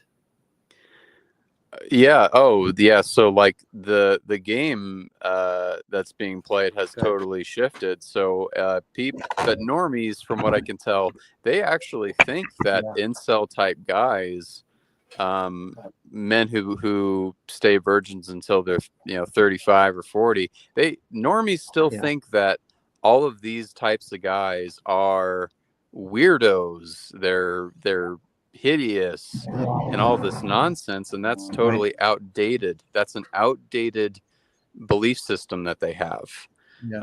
Observable reality actually tells a radically different story. The problem is most men who are struggling bad, they're not going to talk about it openly with people. Right. Well, You know, and we so don't know what to do. Yeah, we regurgitate the same. I know people say I do. I like Thomas White's channel. I'm sorry that he's not doing his stuff anymore. But I got kind of a few of the people that called on his show got on my nerves, and then they accused me of being a Fed. Can you imagine that? God. Um, I don't think the feds care anymore about this. I think it's so under the radar. It's not funny. uh, they may not care too much. They may deem it like as like a minor, insignificant threat. The problem is our numbers are actually very, very few.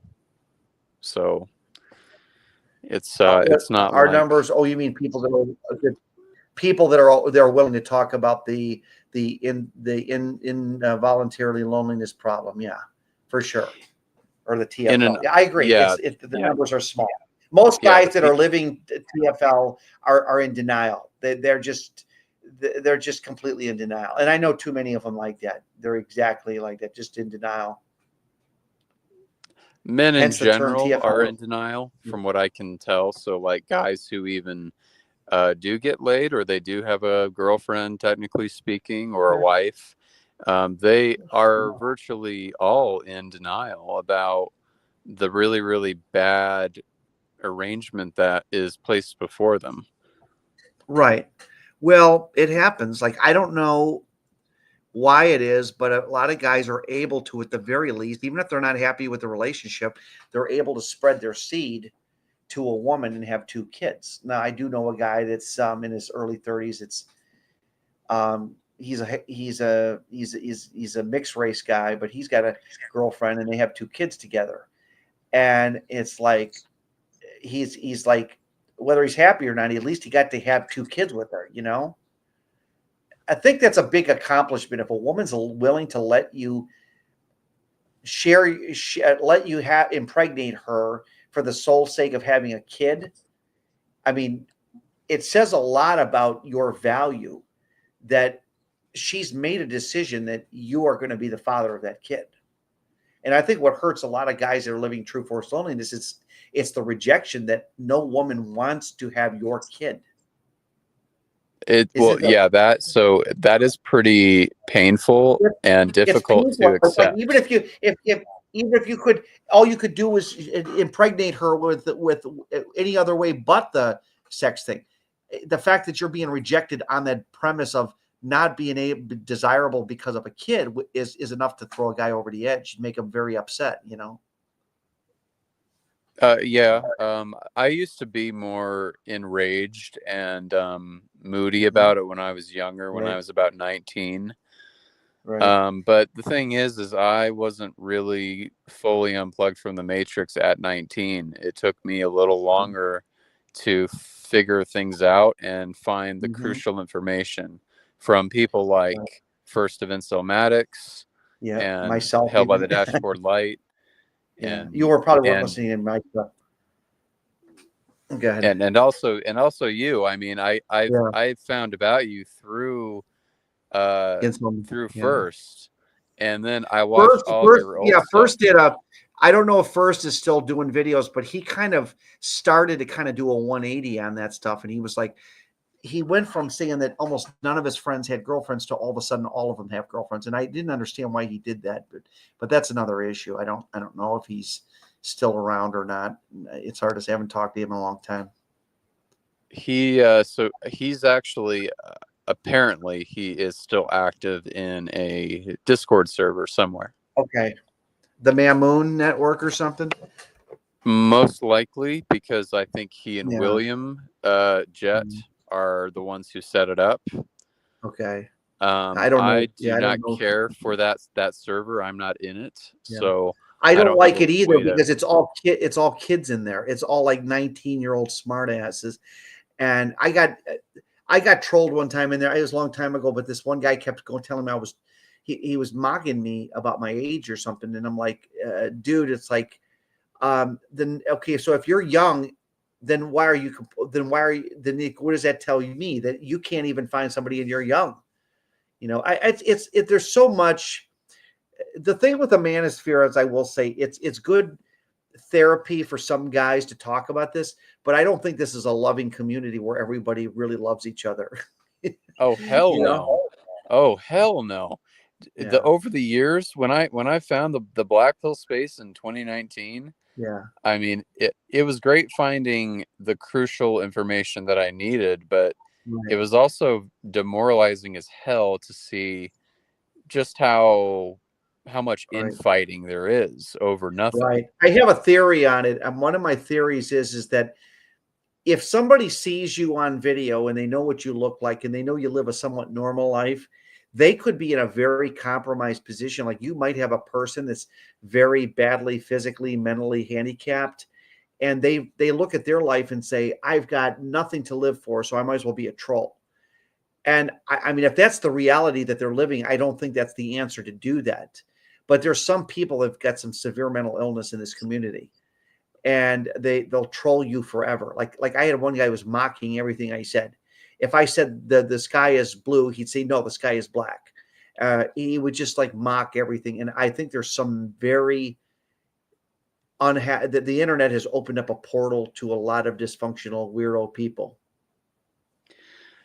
The manosphere in particular, like Yeah, over the years, it's attracted just a lot of malcontent. Yeah, like psychologically yeah. unwell type guys. People that cannot function in general society, not just on the internet. People that can't even take orders from somebody. Like, I knew a guy that was on here, and I don't mention his name because I could cause a lot of problems. But he actually did facial videos, and he showed his face, and he used to he would document his life, and he butted heads with everybody he interacted with. Like if somebody called him something at work and said, "Hey, you're not doing this," he would scream in hysterics. He'd go into a rage. And there are some people that just cannot function in society at all, at any level. And I think that's what we have is a lot of these trolls and a lot of these people in the internet. They're just people that cannot function at all. And I'm sure you can. I'm sure you have a job. Well, I work for myself these Okay. days. All right. Well, Yeah, that's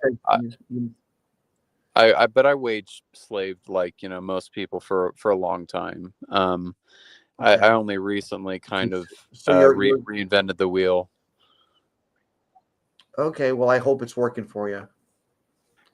It's enjoyable. Hey, it beats a normal job. What I do Mhm. now, I kind of work when I want to work, and That sounds too good. It um, sounds like a get rich quick scheme to me.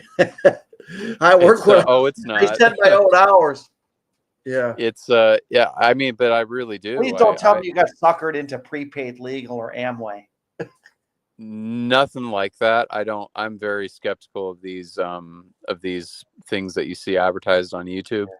If it's made for mass consumption, it's probably gonna. If it smells like a duck and if it smells like a duck and it quacks like a duck, it is a duck.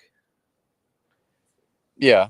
I've never really fallen for any kind of buy my program and I'll show you how to be a millionaire. I I just did. don't I think fell any of for it's one. real. I fell for one time, and I felt like an idiot. But I snapped out of it real quick. I said, "Fuck, was I stupid?"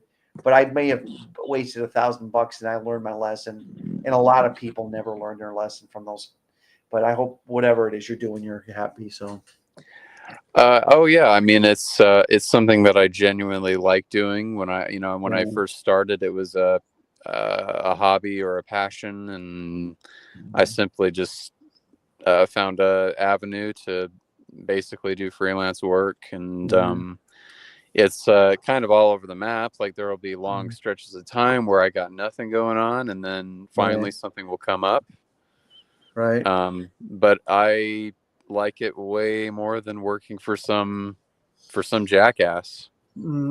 Yeah, that's a good point there. And I'm good at what I do.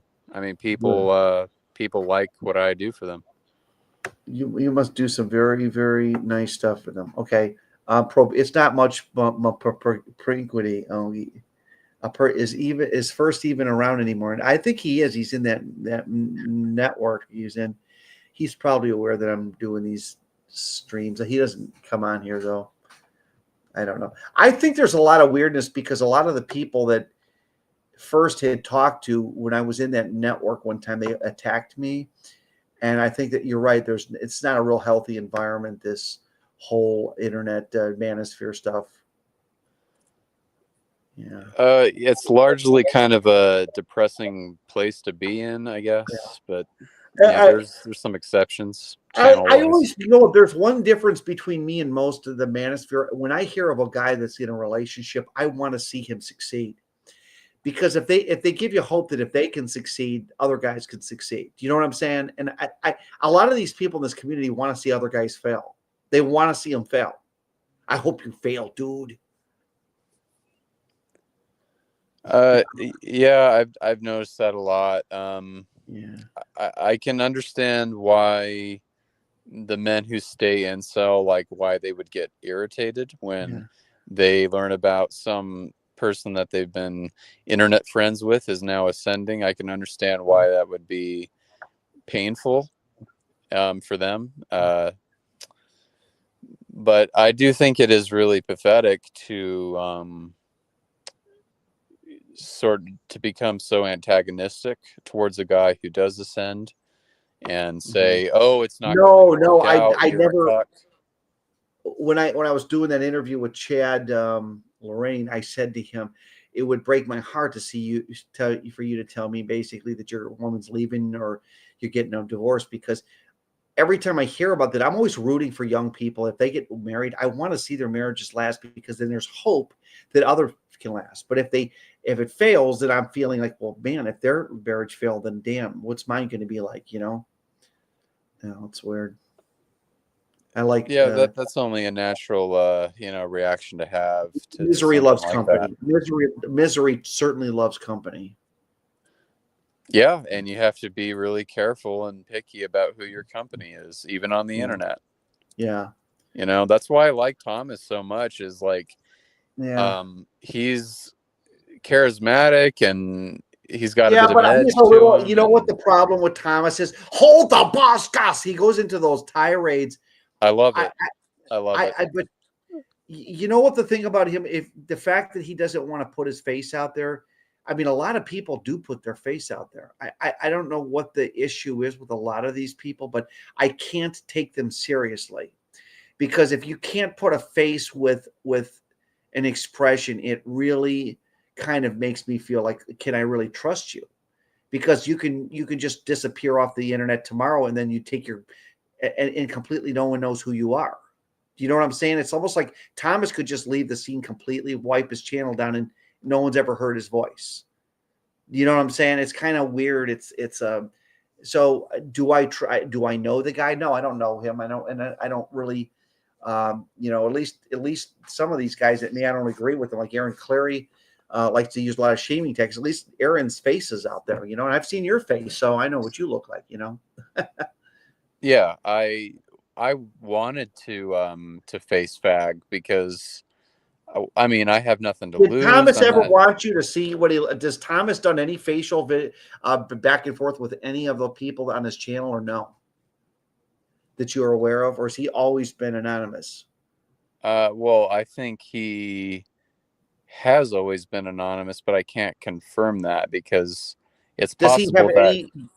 Does he have any friendship with that Western Decline on a face-to-face basis, or like, are they both there's nothing more freakier than people that claim to be best friends, but they're not allowed to see where each other lives or what they do and what they look like. That to me that's not a friendship. That's freaky as hell. Like we're a bunch of dudes I don't know. a bunch of dudes ganging up on me in an internet chat, but they're all anonymous and they all don't know what each other looks like. That's weird. And it's like, oh, dude, bro, we're friends. That's stupid. I when people when they say that, like, oh, we're friends, and they're referring to someone I see that a lot. We're best friends. I think all that means, what they're really getting at, is that they are. You're part of my echo chamber. They're just what they're saying is we ideologically are on the same plane. Is what that means. They're not actually friends. That's all that is. As for Thomas and Western Decline, I actually don't know if off stream they have turned on their web cameras. I actually can't confirm that. But Thomas and What's Western, that? they both have good reason to conceal themselves because it can be Well, dangerous. okay, what is so dangerous? They're not hurting anybody. What is The so thing dangerous? Like, is is he? Does he really Thomas, think he's anonymous? If the FBI wanted to come to his house tomorrow because of something he said, they would find him tomorrow. You realize that, don't you? You think he's that anonymous? well, he just doesn't want his real name and his face associated with the stuff that he has said, for Yeah. obvious Okay. reason, because it's very, Right. very Taboo. We talked offensive to about, yeah. people. Right. I agree. Yeah, he does. He's very. But hey, it's not offensive to me. I actually entertain it, and I think it's the truth, and that's Yeah. why I when I The found his other channel, guy I that was, kept going I'd love back. to have him on. Who's that one hillbilly guy that has a southern accent that comes on his show? Mersh. He's got a German name or something. Oh, William Well, no, Eschenfelder. yes, that guy. He's smart as hell. He I knows his know. crap. He studied the psychology of the Jays. I mean, he's very sharp. He's not a stupid guy. Listen to him talk. He's done some very intense reading. I can tell because the guy's not stupid at all. Not one bit. Yeah, and for a Yeah. guy who's from the South, he's a he heard me talking about Anglo hillbillies. He's one of those rare ones that's actually pretty damn smart. That's like really on top. You know what I'm saying? He's not like them's God's chosen people, man. What you talking about? Them our allies. Yeah, well, William Eschenfelder is a great breath of fresh air from the stereotype, right? Yeah, Um, he's like completely aware of what he's talking about. Where his typical kinfolk are like, "Damn, I thought they're the best allies we ever had, Israel." Like he's like he does not fit the stereotype. yeah, and it's awesome. And I mean, I've been in the Blackville space Yeah. for 6 years going on, and he's easily one of the most Mm-hmm. likable, interesting people to listen to. And so it's great having someone like him who, from what I can tell, Will's background is more rooted in white nationalism and things of Yeah. that nature. But it's good having people like him or Frederick from Yeah. Thomas Yeah. White. Frederick was too cynical for me. I didn't like his really kind of like. I don't like that real kind of just pissed off, sour. You got to kind of, if you're going to tell the truth, you got to do it in a way that's gives people some high spirits. I don't like everything that came out of his mouth was just negative.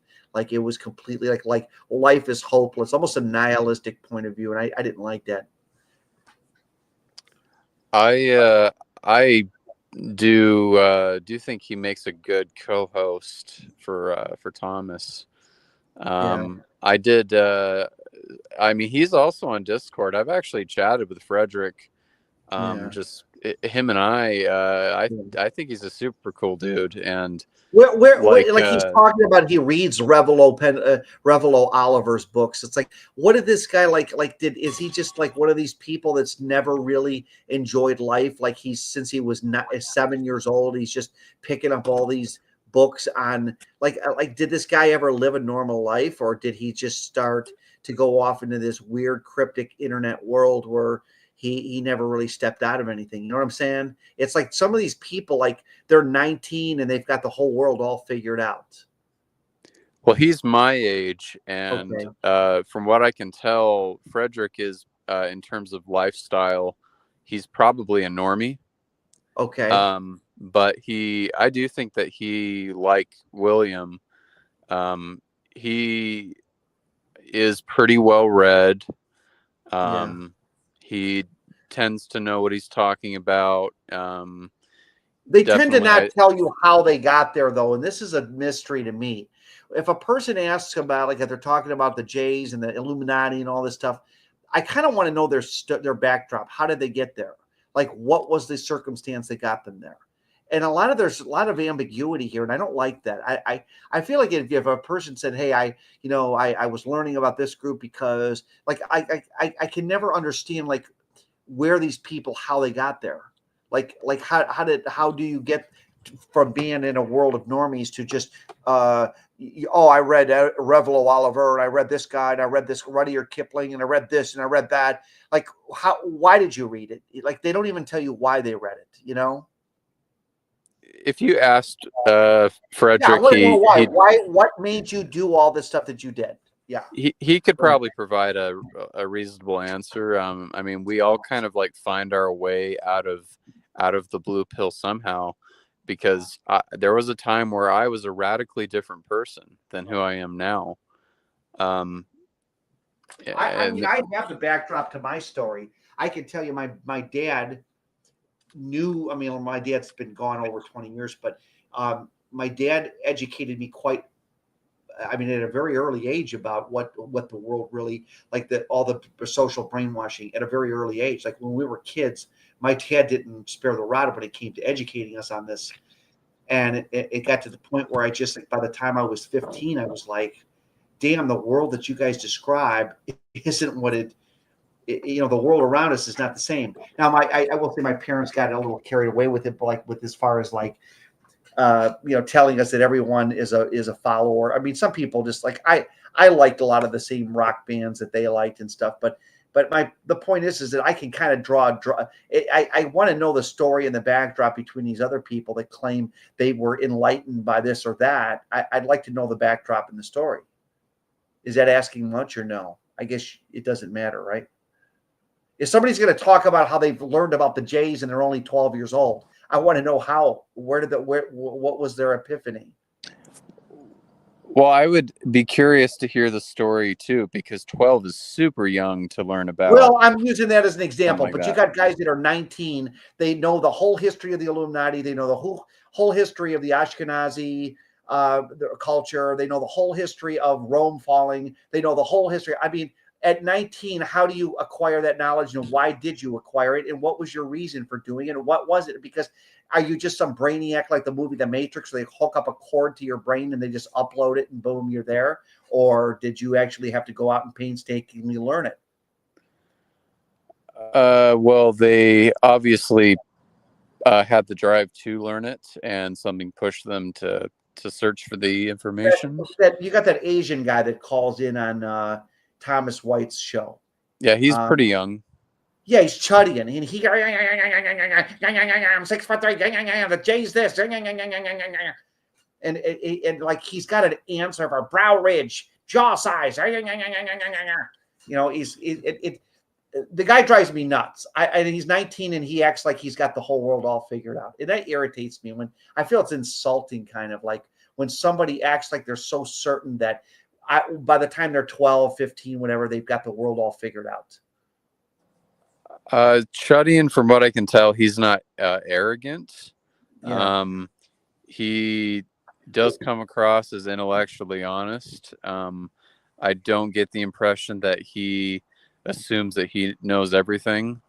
Yeah. Well, I do think claims that he knows the whole history of the Jays from top to bottom. Like, he's obsessed with this one issue, and and then he's got the whole looks issue all figured out. It's all about brow ridge size and structural cranium 37 degrees to the left problem, and he's got this issue. He's got this obsession with the looks issue, and he's 6'3", and even though he's 6'3", he can't get away. It's just some of these guys, like, they're so into their head, like their brain is like constantly. They can't shut it the hell down. Well, I mean, I don't think Chudian has like talked in great detail about maybe why he's incel, but I'm sure there's like a valid explanation for it. Yeah. He doesn't. I don't think he has any mental disorders. He's probably a normie in terms of looks. Right. So I think his inceldom, it comes from probably maybe where he, like what he was doing at school, or like lack of social opportunity. Yeah. That's my guess, but I can't confirm because I don't Yeah, think he's talked I about it. can't confirm either. I don't know the guy, but I maybe there are people out there who at 19 have got their PhD already figured out, because like he's talking about the looks issue and he's going on about cranial structure size and okay, so what's your conclusion? Where do you come up with this? And will Chudian be saying that at 29? Will he be 100% certain that he was right at 19? I mean, I have to ask these questions because a lot of these guys are so young and they act like they know everything. You know, I get kind of like, because even I've second guessed. I think the J subject is a very important subject to talk about. But if you want me to believe that they are the only people that have power, do you know how ridiculously stupid that is? Do you know how many people have power that are not a part of this group? When you try to equate one group of people as being the problem when there's all sorts of people that have power that it's just crazy. All right, I'm about to drop this. Yeah, go ahead. Well, I think the equation is very like large, and there's so many moving pieces. And a lot of people in this community, they tend to hyper focus on Right, one thing or two things, right, and there's a lot of that, and it does drive me nuts when right. some some uh, some guy from the Man Moon Network is saying, "Oh, it's all demographics," and then I look at the guy's face and I say, "No, look in the mirror. That's why you're incel." Right. Well, that's Yeah. part of it. But again, I told you about the guy with the rotten teeth that I saw. It doesn't make sense why he should be with the girl. So we can't just say that that's the reason. Well, he Because got lucky. He was his parents, whoever raised him. he was probably raised in one of those small insular communities where Bobby Sue, he probably popped her cherry and then she was the girl. Most likely. So Yeah. given the disparity, like the differential in the looks of him and the girl, I'm like 90% sure that is what happened. Right. It has to be. What else could it be? Yeah, it could not be If, anything if he's else. like a 6 out of 10 and he's like a 3 out of 10 and he's got bad teeth, it can only be because they probably knew each other. And don't feed me this crap. Oh, he's got a 12-inch schlong and he's basking in a big bank account like Bill Gates. Hardly. I mean, if he had Bill Gates' money, at the very least, he'd get his teeth fixed. Definitely. Oh yeah, he would get everything fixed. He Yeah, would. he'd get. Yeah, Yeah, of course. yeah. See, the community, the black pill community, is not without its faults. I like to, but you Yeah, see, of course. Yeah. yeah.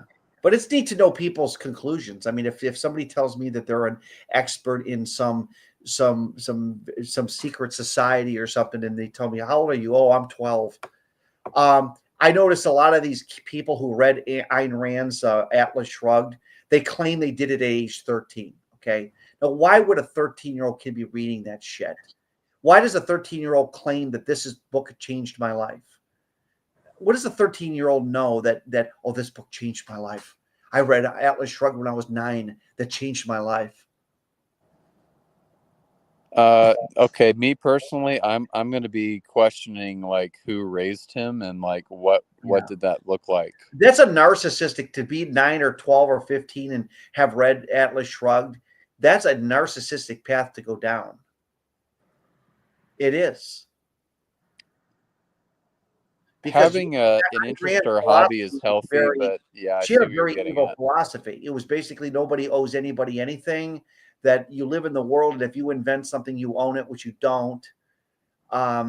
It's kind of stupid. It's a real, her idea, her ideology was so off the charts stupid. Yeah, there's a lot of stupid people out there publishing Yeah. material.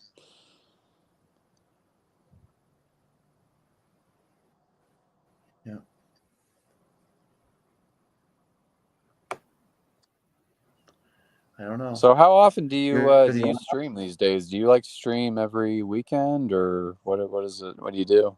I'm gonna probably do it once a week. I'm not gonna. I don't know. I haven't committed to anything yet. It's gonna depend on if people want to come in and stream. I just bored today, but I'm gonna probably be getting the hell out of here. This was a good stream actually. Yeah, I mean, it was just sort of coincidence. I got onto YouTube a Yeah. little bit after you started this I peaked stream. it seems like it peaked at 50 something. I haven't pushed above it, so it's nice to know kind of. I don't know realistically how far I can go with this, but I see a lot of these black pill guys that get just tons of this guy Marcus says Bill is currently living with his child's mother. I don't know if that's true or not. I think this guy's making this up. Marcus, I think you're making that up.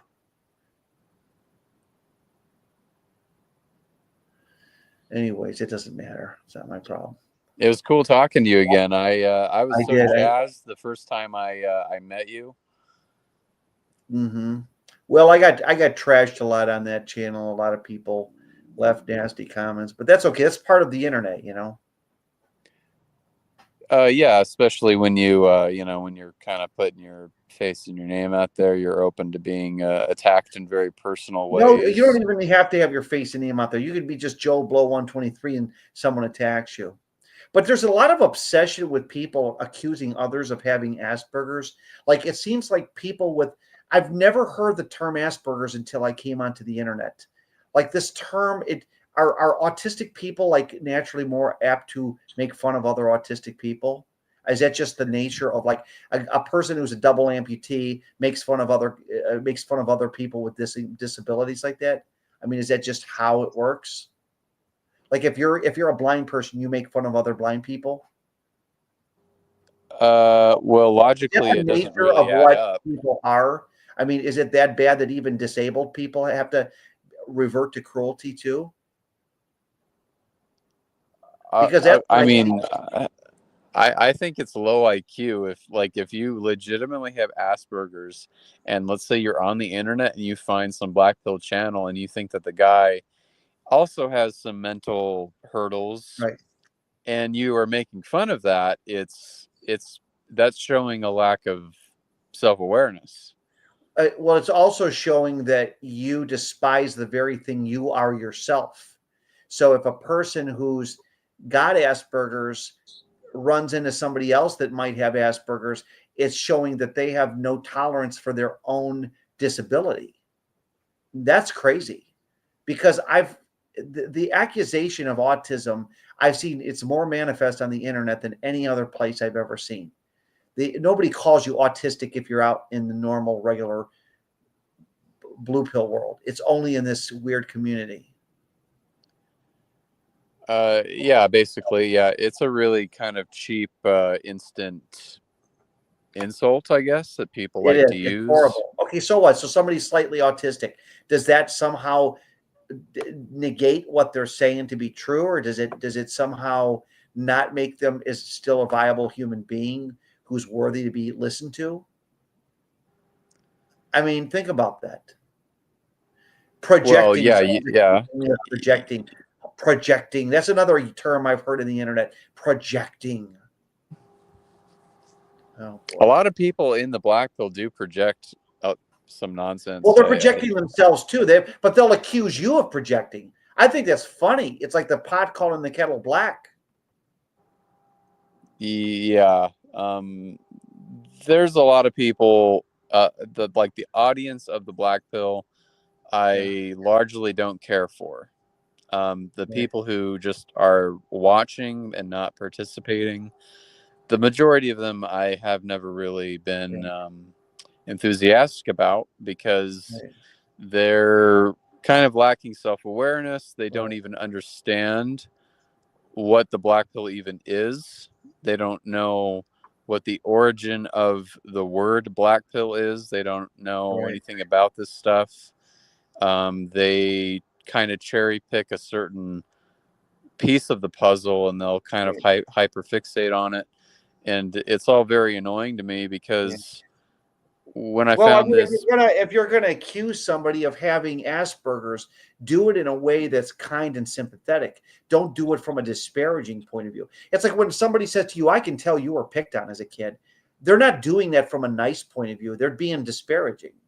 They're saying you deserved it. Or if they say, I can tell you were molested as a child. They're not doing it from a kind point of view. They're doing it from a disparaging. Do you know what I'm saying? Like that's the mentality of a lot of the people in this and the that come into these chats. They've got this like they want to see other people like humiliated or something. well, there you just have a lot of you have a lot of low life characters Yes, that make but their I way I, into the I black pill. posited the theory that a lot of these people might be people so badly disabled or disfigured that they may have nothing to lose by doing it. Because if you got nothing to lose, you got nothing to lose. Right? Yeah, So that's if a guy yeah. was in a wheelchair and he was autistic and he realizes that his life is shit, he's probably going to just say, "What the hell? I'm going to project that I drive a Mercedes Benz and get all the women, and then make fun of a guy like say you or me." But at the end of the day, they're the ones that are miserable. Well, yeah, there's a lot of miserable people in the black pill. That sort of just comes with being here. Is lots of people are deeply unhappy, and It's never going to go mainstream when you have a community of people that just really don't, like I said, you have to take this to the doctor. If you're going to talk about like the excess male problem, you have to take it to the Dr. Phil show. It's got to go mainstream. You can't do it in this community, because if you do it in this community, you're going to lose. It's just you got too many trolls, and you have to get an audience that at least is somewhat polite to you. if you want progress to be had, then yes, you would have to do that. Yeah, that's progress. But it doesn't matter. Does it really matter? If it's an excess male thing, which I believe it is, then there's no solution to the problem in the first place. Uh, There's no solution to an excess male problem other than war.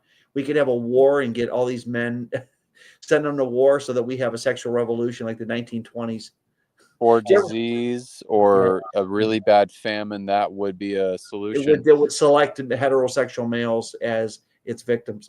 Yeah, it would be an ugly, unpleasant solution, but it would be a solution nonetheless. But Yeah. there's also Mother Nature's solution, which I think is already happening. Yes, which is the excess female births. I agree.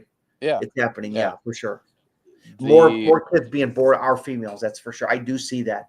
I yeah, see it a yeah. lot. Yeah. It's overwhelming, dude. Yeah, it's 'Cause overwhelming. Like almost everybody's got little cute little girls. Like almost no little boys, like little Billy or little Brandon. I've seen very few people. Now I did see a woman today with two boys and no girls. But it's like for every two boys, no girls, it's like four girls, three girls. Now it's a complete role reversal. Now nature is repairing itself, but we got to stop bringing in these H-1B1 visas because these guys are all dudes, and I don't know how much more of this we can hemorrhage. Bringing all these petits from India. yeah, so basically one major problem is very slowly being started to get addressed. Yeah, and by the way, you got nature repairing itself. From a sociological standpoint, there might be a revulsion to this Pajit pop problem, this excess H-1B1 visa issue. We might very well see a backlash in the next decade to the people in Canada that say a fuck enough is enough, and just completely go ballistic. A boy can dream. I mean, It would be take them. nice. You're not going to get these people to go back to their home country. Never, ever. Yeah, you can't put the You genie will back in never the get them to bottle. go back. And now that they've had a few kids, they're Canadian citizens now. It's cope. They can say that all they want, but they're not. Yeah. No, I mean, I was listening to a podcast with this guy named Mercer, and he was talking because I hate to say this, I learned this from him.